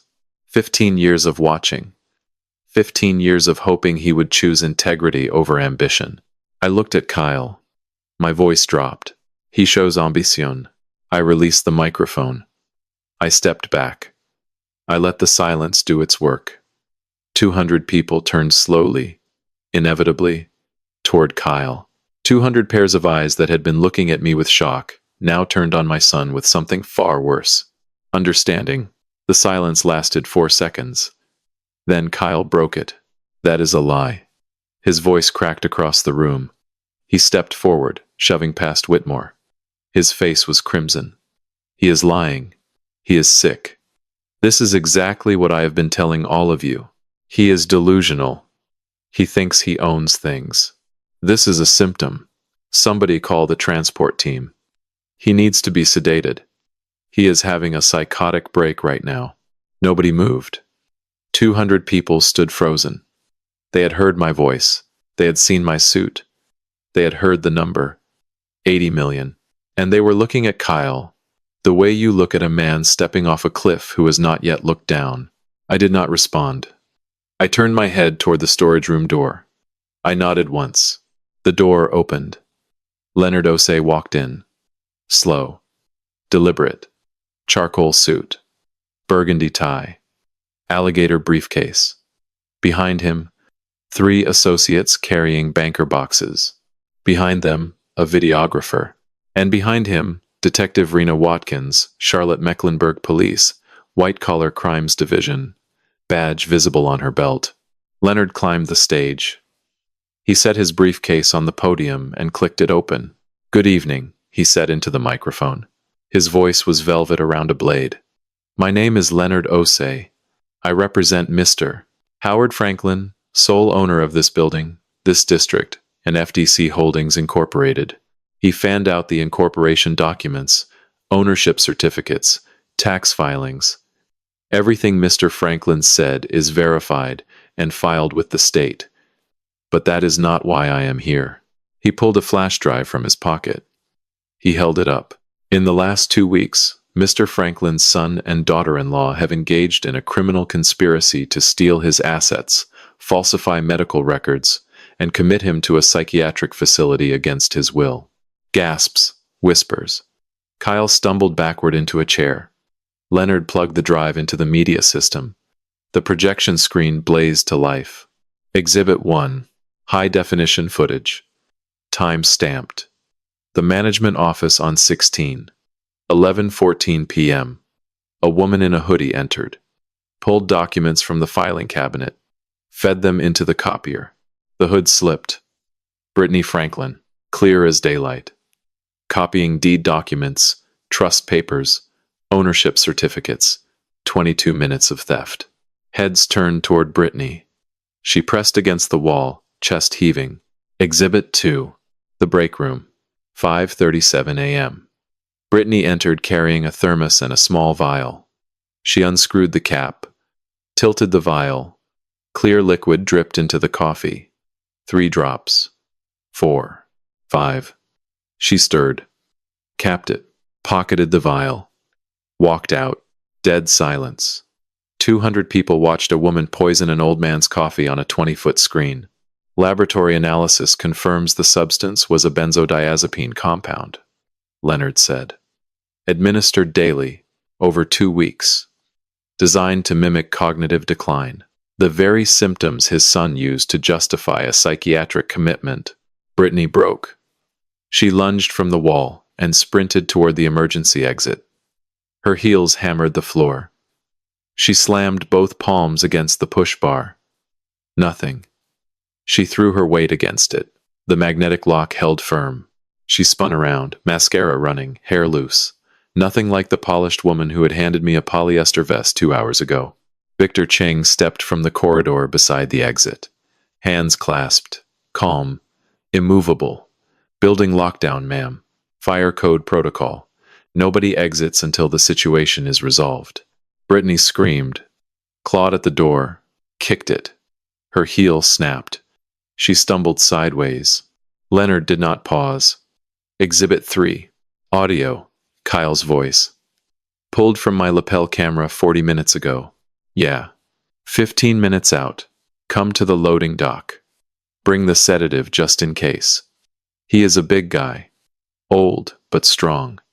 If he fights, you will need it. Every word filled the room. Crystal clear. 200 people heard Kyle order sedation for his own father. 200 people heard him discuss restraints. Kyle's knees gave out. He collapsed into a chair, head in hands, shoulders shaking. Leonard closed the laptop. He looked at Detective Watkins. He nodded. Detective, I believe you have what you need. Watkins unclipped her radio. Dispatch, send the unit up. 18th floor. 2 in custody. She walked to Kyle. Calm. Professional. Kyle Franklin, she said. Stand up. You are under arrest for conspiracy to commit elder abuse, attempted poisoning, fraud, and criminal confinement. You have the right to remain silent. Kyle could not stand. Watkins pulled him up. His legs barely held. His face was wet. 200 people watched the man who had mocked his father being handcuffed in the building his father built. Brittany did not resist. She had slid down the wall by the exit, sitting on the floor beside her broken heel. Watkins's partner cuffed her without a word. Brittany stared straight ahead. Empty. The calculator behind her eyes had run out of numbers. I stood on the stage watching it all. The handcuffs, the whispers, the 200 witnesses. I felt no triumph. Not yet. What I felt was the cold clarity of a surgeon watching a tumor removed. Necessary. Precise. Painful, but required. Then Kyle looked up at me. Through the tears and the snot and the shattered pride, he looked at me. And for the first time in 6 years, he actually saw me. "Dad," he whispered. His voice was a broken thing. "Dad." I did not know. I looked at my son. I looked at the handcuffs on his wrists. I looked at the spot on the floor where I had mopped 10,000 mornings while he walked past without a word. I stepped off the stage. I walked toward him. 200 people held their breath. I stopped 3 feet from him, close enough to see the veins in his eyes, close enough to smell the champagne and the panic sweat soaking through his collar, close enough to touch him. I did not. Kyle looked up at me. His wrists were bound behind his back. His navy suit was dark with sweat under the arms. His tie had come loose. He looked like a man who had been in a car wreck, broken but still breathing. "Dad," he said again. His voice was small, smaller than I had ever heard it. "Dad, I swear I did not know. I did not know you were rich. I did not know you owned any of this. If I had known, I never would have." He trailed off. He heard himself. He heard what he was saying. And somewhere in the wreckage of his mind, he realized how it sounded. I let the silence hang. I let it stretch until it became unbearable. Then I spoke. "You never would have what, Kyle?" My voice was quiet, controlled. The entire room was listening. "You never would have tried to commit me? You never would have poisoned my coffee? You never would have ordered restraints and sedatives for your own father?" Kyle flinched at each word like he was being struck. I stepped closer. One more step. Now I was looking down at him. He was sitting in a chair. I was standing above him. The reversal was complete. For 6 years he had looked down at me, the janitor on his knees, the old man with the mop. Now he was the one below. "That is the problem, Kyle," I said. "You think respect is something you give to people who have money. You think dignity is something reserved for men in expensive suits." I looked at my hands. "These hands mopped your floors," I said. "These hands unclogged your toilets. These hands picked up the trash you left in the break room every single day. And you walked past them every morning without a word." Kyle's face crumpled. His chin dropped to his chest. His shoulders heaved with silent sobs. "I was your father," I said. "Not your landlord. Not your CEO. Your father. I raised you. I fed you. I drove you to school. I sat beside your mother every night reading you stories until you fell asleep. And when she died, I kept going. I kept showing up. I kept mopping these floors where you worked, just to be close to you, just to see your face, even if you never looked at mine." My voice cracked. I did not try to hide it. I was not performing anymore. This was real. This was the wound. 15 years, Kyle, I whispered. Every single morning. I was right there, 10 feet from the elevator. All you had to do was say good morning. All you had to do was stop. For 2 seconds. And look at your father. Kyle looked up. His face was a ruin. Tears and snot, and the complete dissolution of whatever mask he had been wearing for years. "Dad, I am sorry," he choked. I was ashamed. I was embarrassed. I did not want people to know my father was a janitor. I wanted them to think I came from something. "You did come from something," I said. "You came from me. From a man who built an empire with his bare hands. You came from your mother, who had more grace in her little finger than this whole room combined. You came from everything, and you chose to see nothing. I straightened up. I buttoned my jacket. The emotion drained from my face like water through a sieve. What replaced it was something harder, something final. From across the room, Brittany screamed. Her voice cut through the silence like a siren. This is his fault.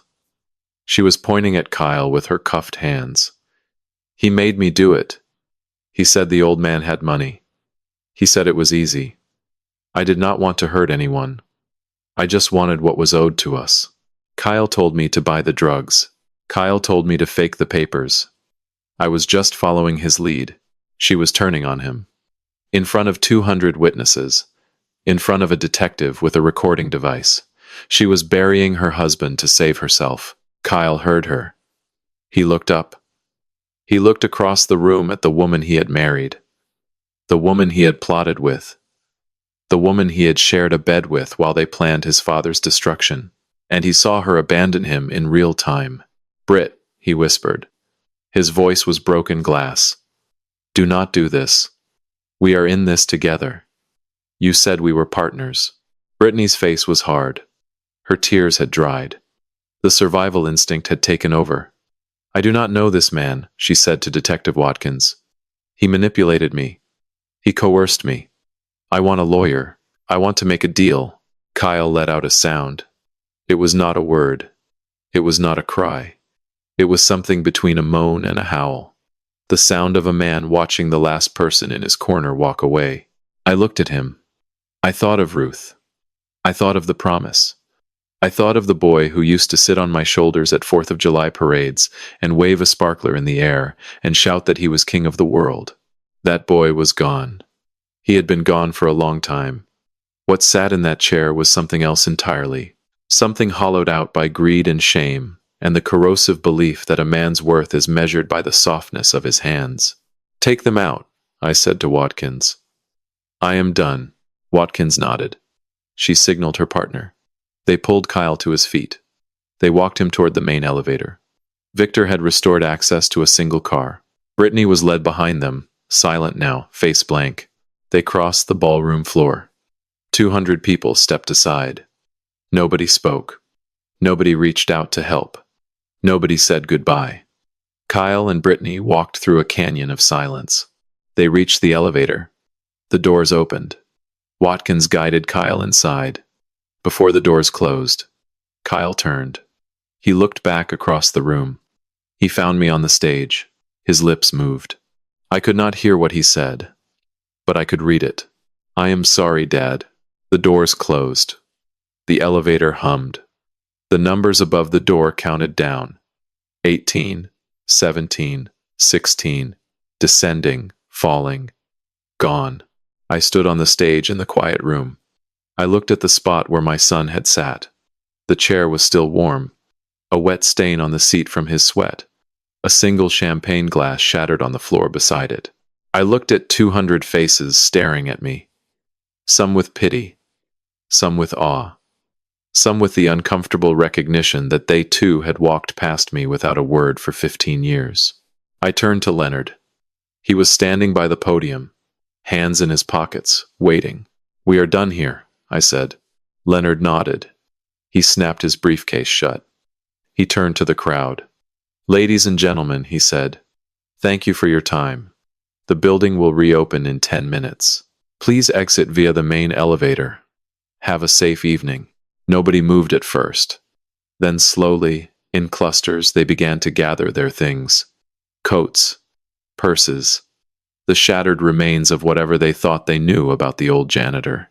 I walked off the stage. I walked through the crowd. They parted for me. Every single one of them. I walked toward the service elevator. Victor was waiting there. He pressed the button. The doors opened. I stepped inside. Victor followed. The doors closed. The noise of the party floor disappeared. Just silence. Just the hum of the elevator carrying me down. 15 years, Victor said quietly. 15 years, I repeated. He did not say anything else. Neither did I. There was nothing left to say. The war was over. It was time to rebuild. I woke up Friday morning at 5:30. Same time, I always do. The alarm had not changed. The ceiling above my bed had not changed. The quiet of the house had not changed. But everything else had. I got up. I showered. I shaved. And then I did something I had done 10,000 times before. I opened my closet and I reached for the blue shirt on the left side. The uniform. I pulled it on. I buttoned it.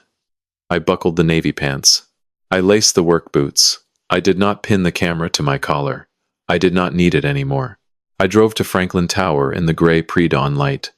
The streets were empty. Charlotte was still sleeping. The skyline was a row of dark shapes against a pale sky. I parked in my usual spot on level B3. I took the elevator to the lobby. The doors opened to marble and silence. I went to the maintenance closet. I filled my mop bucket with warm water. I added the cleaning solution. The same brand I had used for 15 years. Pine and citrus. The smell of my mornings. I wheeled the bucket to the center of the lobby floor. I dipped the mop. I wrung it. I placed it on the marble and pushed. Long, slow strokes. The water left a thin sheen on the stone that caught the first light coming through the glass front doors. The sunrise was pink and gold that morning. Beautiful. I had seen 15 years of sunrises reflected in this floor. This would be the last one. I mopped the entire lobby. Every tile. Every corner. I cleaned around the reception desk. I cleaned the area in front of the elevator bank. I cleaned the spot by the coffee kiosk where Kyle used to stand and watch me with his measuring eyes. I cleaned it all, one final time. Not because it was dirty, because it was mine. Because I had earned the right to say goodbye to it properly. At 6:45, the first employees began arriving. They walked in with their usual morning fog. Coffee cups, earbuds, eyes on their phones. But something was different today. They looked at me. Not through me. At me. Word had spread overnight. 200 witnesses at a party will do that. By midnight, every person in this building had received a text, or a call, or a social media message. The janitor owns the building. The janitor is worth $80 million. Terrence, the security guard, was the first to say something. He walked over slowly. He stood at the edge of my wet floor. He did not step on it. He waited. "Mr. Franklin," he said. His voice was different. Respectful. In a way it had never been before. Not because he had been disrespectful before, but because there was a new weight behind the words now. "Is there anything I can get you, sir?" I looked up from my mop. I smiled. "I am almost done, Terrence. Just one more pass." He nodded. He went back to his desk. But he kept watching me. They all did.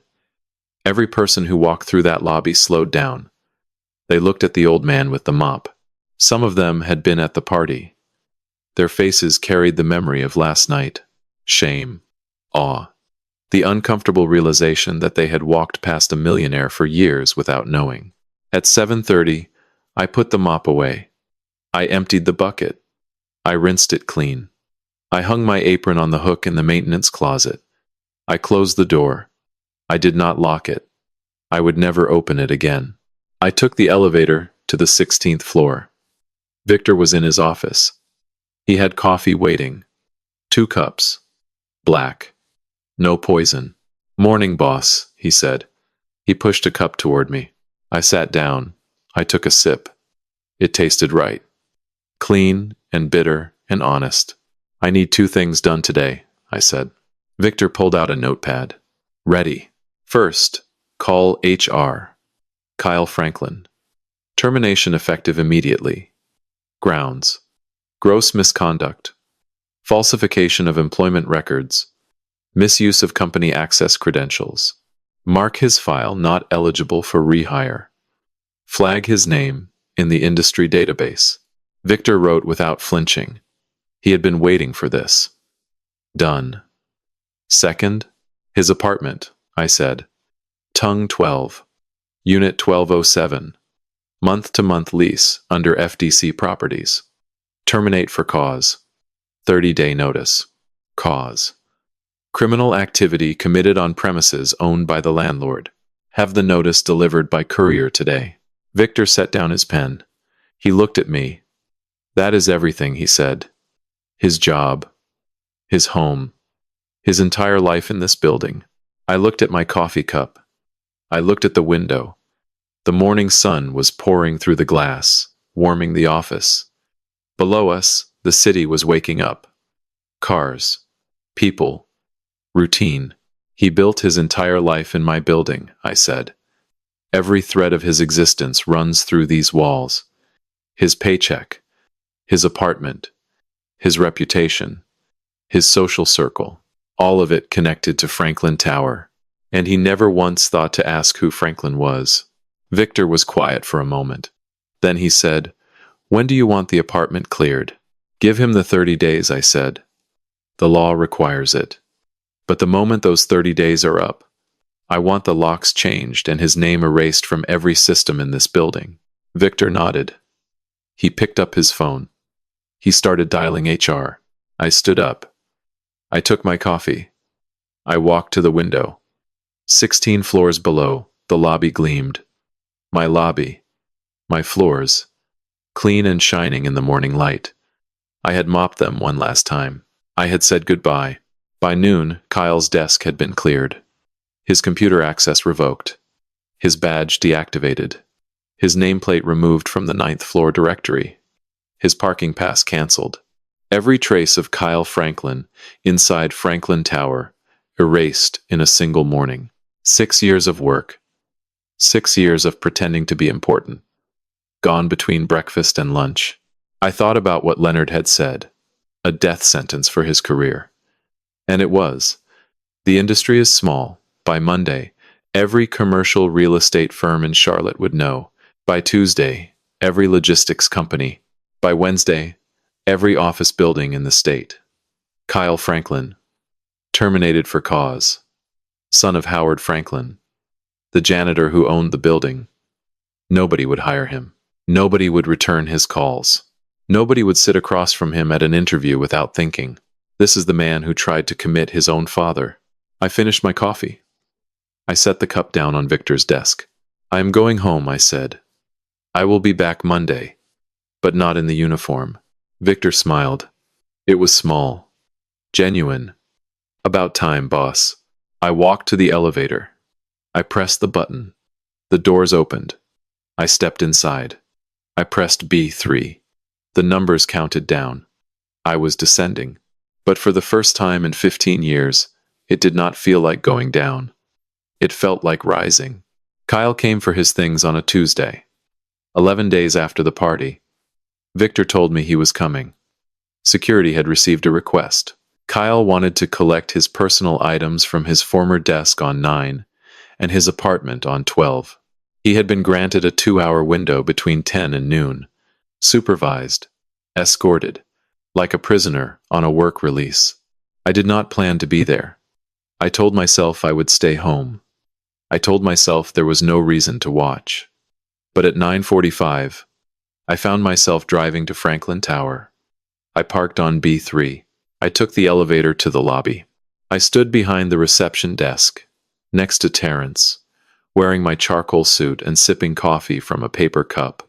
At 10:08, Kyle walked through the front doors. He was carrying 2 collapsed cardboard boxes under his arm. He was wearing jeans and a wrinkled jacket I did not recognize. His hair was uncombed. He had lost weight. Not the healthy kind, the hollowed kind. The kind that comes from not eating, because the money ran out or the appetite disappeared. A security escort met him at the door. A young man named Davis. He nodded at Kyle and gestured toward the elevator bank. Kyle followed without a word. He kept his eyes on the floor. He did not look at the lobby. He did not look at the marble tiles I had mopped 10,000 mornings. He did not look at me, but I looked at him. I watched him cross the floor. His shoes made soft sounds against the stone. No click of confidence, no swagger. Just the quiet padding of a man trying to be as small as possible. He passed within 15 feet of me. I stood still.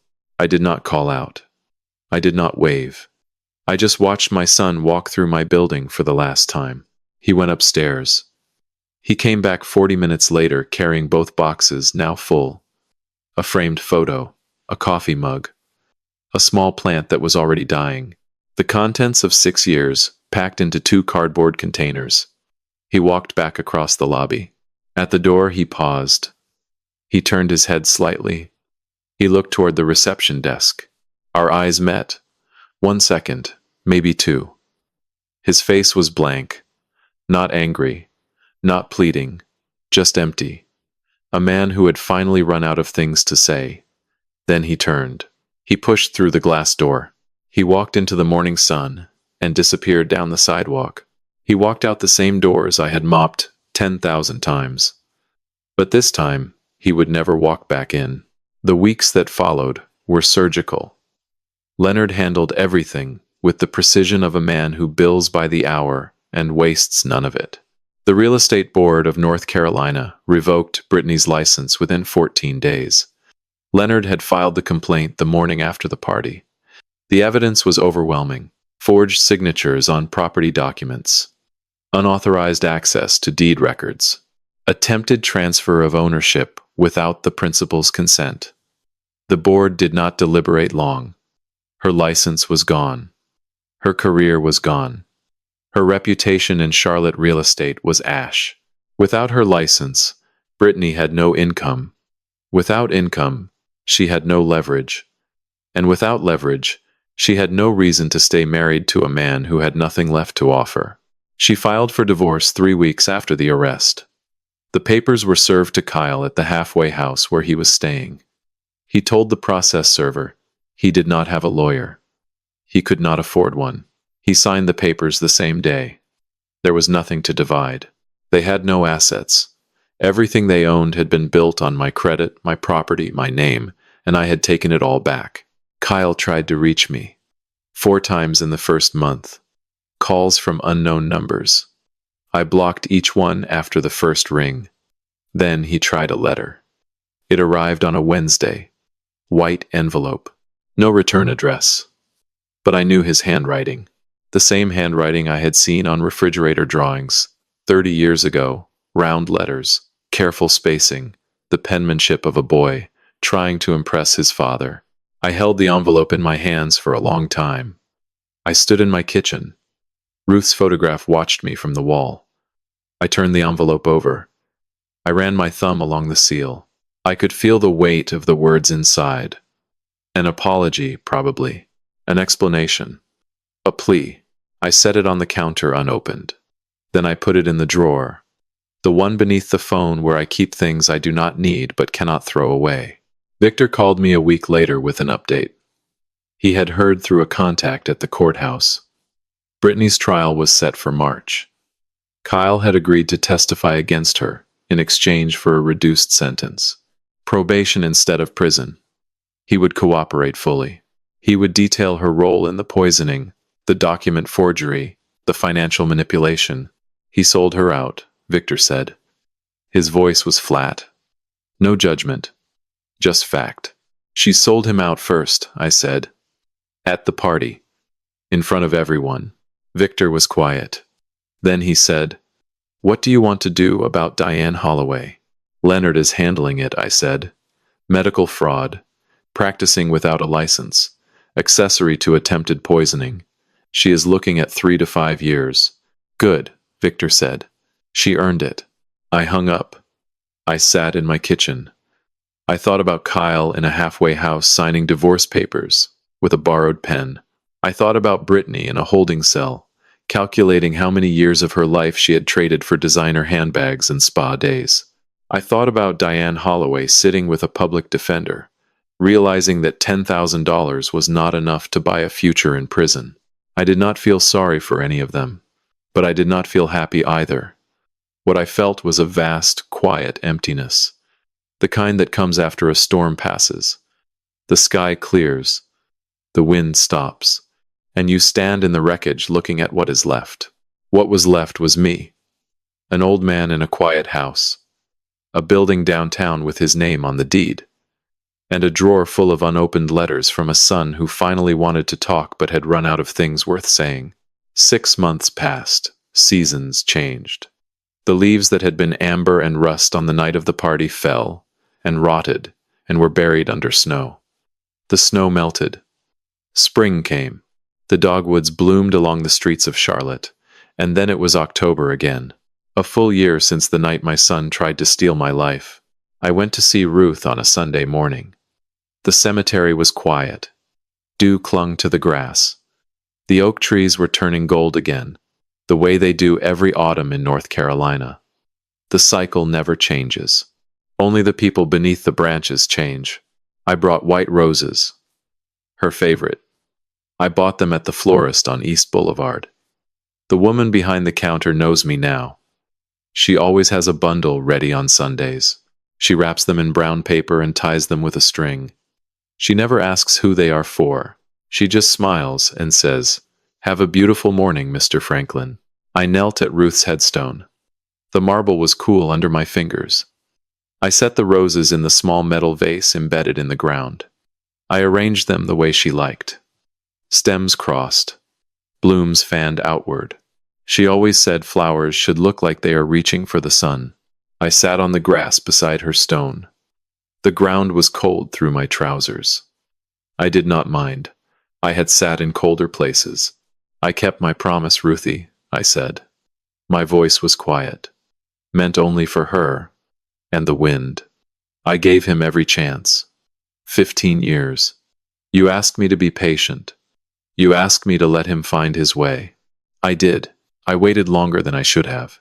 I let him walk past me 10,000 times. I let him call me nothing. I let him pretend I did not exist, because you believed he would come around. I touched the stone. I traced the letters of her name with my index finger. R, U, T, H. He did not come around, I said. He came from my wallet. He came from my house. He came with needles and restraints in a white van, and his wife came with poison. The wind moved through the oaks. A single leaf detached and drifted down, landing on the grass beside the roses. I stopped him, I said. I stopped all of them. The building is safe. The company is safe. Our life is safe. And I am still here, still standing, still breathing. I took a deep breath. The air smelled of wet grass and earth and the faint sweetness of the roses. I forgive myself for waiting so long, I said. That was the hardest part. Not the rage, not the betrayal, the guilt, the feeling that I should have seen it sooner, that I should have acted sooner, that maybe if I had told him the truth years ago, he might have chosen differently. I shook my head. But that is not how it works, is it, Ruthie? You cannot make someone choose integrity. You can only give them the opportunity. He had the opportunity, every single morning for 15 years. And he walked past it. I stood up. My knees protested less than they used to. I had been sleeping better, eating better. The weight that had lived on my shoulders for years had finally dissolved. Not all at once, but slowly, like ice melting in spring. I kissed my fingertips and pressed them to the top of the headstone. I will see you next Sunday, I said. Same time, same roses. I walked back to my truck. The parking lot was empty, except for one other car. An older woman was walking toward the far end of the cemetery with a blanket under her arm. Sunday morning visitors. The faithful who come to talk to people who can no longer answer. 2 weeks later, I moved into the penthouse, 18th floor, Franklin Tower. The same floor where the party had been held. The same space where Kyle had stood at a microphone and called me the hardest working janitor in Charlotte. The conference room had been converted into a living space. Open floor plan. Floor-to-ceiling windows on 3 sides. A view of the Charlotte skyline that made your chest ache with how beautiful it was. The irony was not lost on me. 15 years mopping the first floor. Now I lived on the top floor. 15 years invisible. Now my name was on the penthouse mailbox. Howard J. Franklin. The same name that had been on the deed all along. Victor helped me move. There was not much. I am not a man who accumulates. A few boxes of clothes, Ruth's photograph, her quilt, her recipe cards in a tin box, my tools, a few books. That was enough. The first night in the penthouse, I stood at the window and looked down at the lobby 18 floors below. The marble floor glowed under the evening lights. A figure moved across it. The new janitor, a young man named Marcus, 26 years old, working his way through community college. He reminded me of myself at that age, hungry, humble, willing to do the work nobody else wanted to do. I had hired him personally. I sat across from him in my office and I said, "Take care of this building like it is yours. Keep the floors clean, keep the lights working, and know that the man who owns this place started exactly where you are standing." Marcus had looked at me. He did not know what to say. He just nodded. "Yes, sir," he said. "I will take care of it." I believed him. The way Ruth would have believed him. The way I once believed Kyle. A month after I moved in, Leonard came to the penthouse with papers. The Ruth Franklin Scholarship Fund. $5 million endowed. Its purpose: security guards. The invisible people. The ones whose children sometimes grow up ashamed of where they come from. I signed the documents at my kitchen table. The same table where Ruth and I had signed the incorporation papers for FDC Holdings 30 years ago. Leonard witnessed. Victor witnessed. We drank a glass of bourbon, and we did not toast to victory. We toasted to Ruth. That evening, I sat on my balcony. The 18th floor. The October air was cool. The city spread out below me, lights flickering on as darkness fell. Cars moving along the streets like blood through veins. The skyline glowing amber against the purple sky. I missed Ruth. I missed the idea of a son. I missed the mornings when mopping felt like purpose instead of penance. But I did not miss the silence. I did not miss being invisible, and I did not miss the mop. Victor came by on a Thursday evening. He brought his own coffee. A pour-over from the place on Tryon Street that charges too much but makes it right. He handed me a cup, and we walked out to the balcony. The sun was low. The sky was streaked with orange and pink, the kind of sunset Ruth would have made me stop and watch. We stood there for a while without talking. Victor and I have that kind of friendship. The kind built on 15 years of silence. We do not need words to fill the space. The space is comfortable on its own. "How is the new building coming?" I asked. Victor sipped his coffee. "On schedule. Steel frame is up. Facade starts next month. Should be ready for tenants by spring. The new building. A 12-story mixed-use development on South End. My 23rd property. The first one I had commissioned since the night of the party. It felt different. This one was not built in secret. This one had my name on the permits. My name on the investor presentations. My name on the sign out front. Howard J. Franklin, developer. "I want to name it," I said. Victor looked at me. He waited. "The Ruth," I said. "Call it the Ruth." Victor nodded slowly. He did not ask why. He knew. Everyone who knew me knew. The Ruth. A building named after a woman who believed that patience was a form of love and that a man's worth is measured by what he builds, not what he owns. "That is a good name," Victor said. "She would have liked that. She would have complained it was too much," I said. "Then she would have smiled every time she drove past it." Victor laughed. A short, warm sound. It echoed off the glass railing of the balcony and disappeared into the evening air. We drank our coffee. We watched the traffic below. The city was doing what cities do.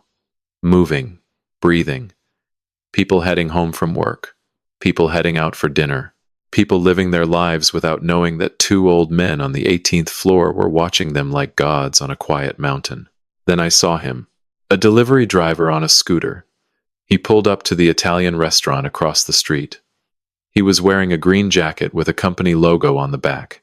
He swung his leg off the scooter and pulled an insulated bag from the rear rack. He walked into the restaurant with his head down, his shoulders hunched against the evening chill. I knew that walk. I had watched that walk cross my lobby for 6 years.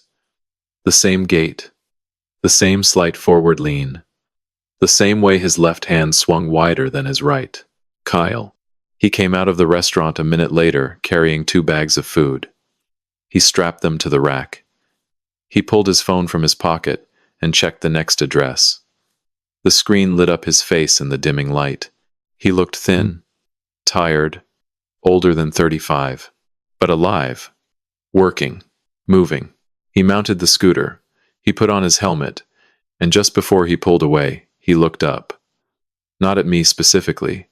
He looked up at the building, at Franklin Tower, at the glass facade that reflected the sunset like liquid gold. His eyes scanned the floors. Climbing. 1, 2, 3. All the way to 18. I do not know if he saw me. The balcony was high. The glass was tinted. I was just a shadow against the evening sky. But he looked. He looked at the building his father built. The building he had walked through every day without seeing. The building that had been his entire world and was now just a reflection in his rearview mirror. He looked for 3 seconds. Then he dropped his gaze. He kicked the scooter to life. He pulled into traffic and disappeared around the corner. Victor glanced at me. He had seen it too. He said nothing. He just took another sip of his coffee. My phone buzzed in my pocket. I pulled it out. Unknown number. No caller ID. I stared at the screen. The phone vibrated in my palm. Once, twice, 3 times. I thought about answering. I thought about hearing his voice. I thought about what he might say. I am sorry. I miss you. I am trying. I am different now. Can we talk? Can I see you? Can I come home? I thought about Ruth. What would she say? Would she tell me to answer? Would she tell me to forgive?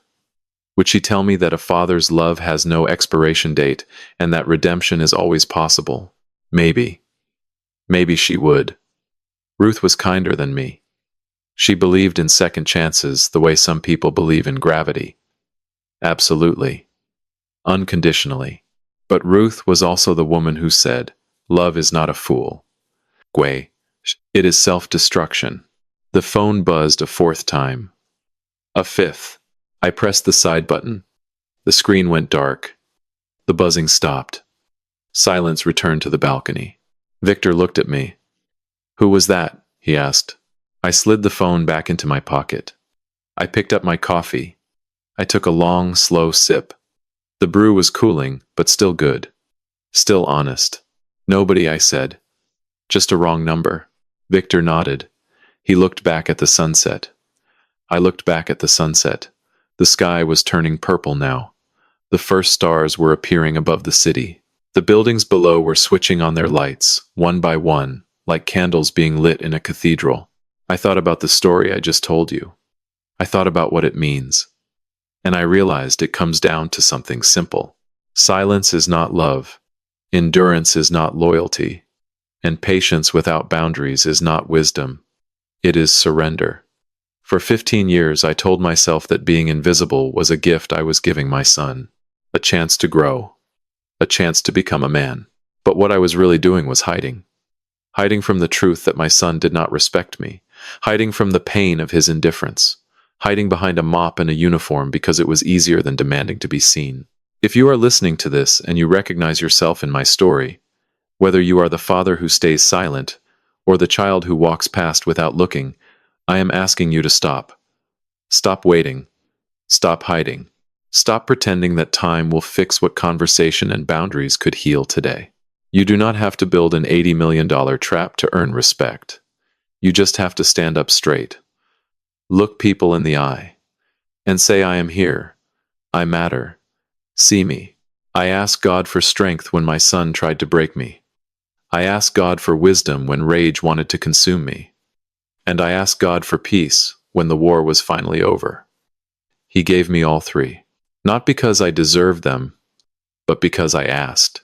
If this story reached your heart, I want you to do something for me. Leave a comment. Tell me who you are watching this with. Tell me what you would have done.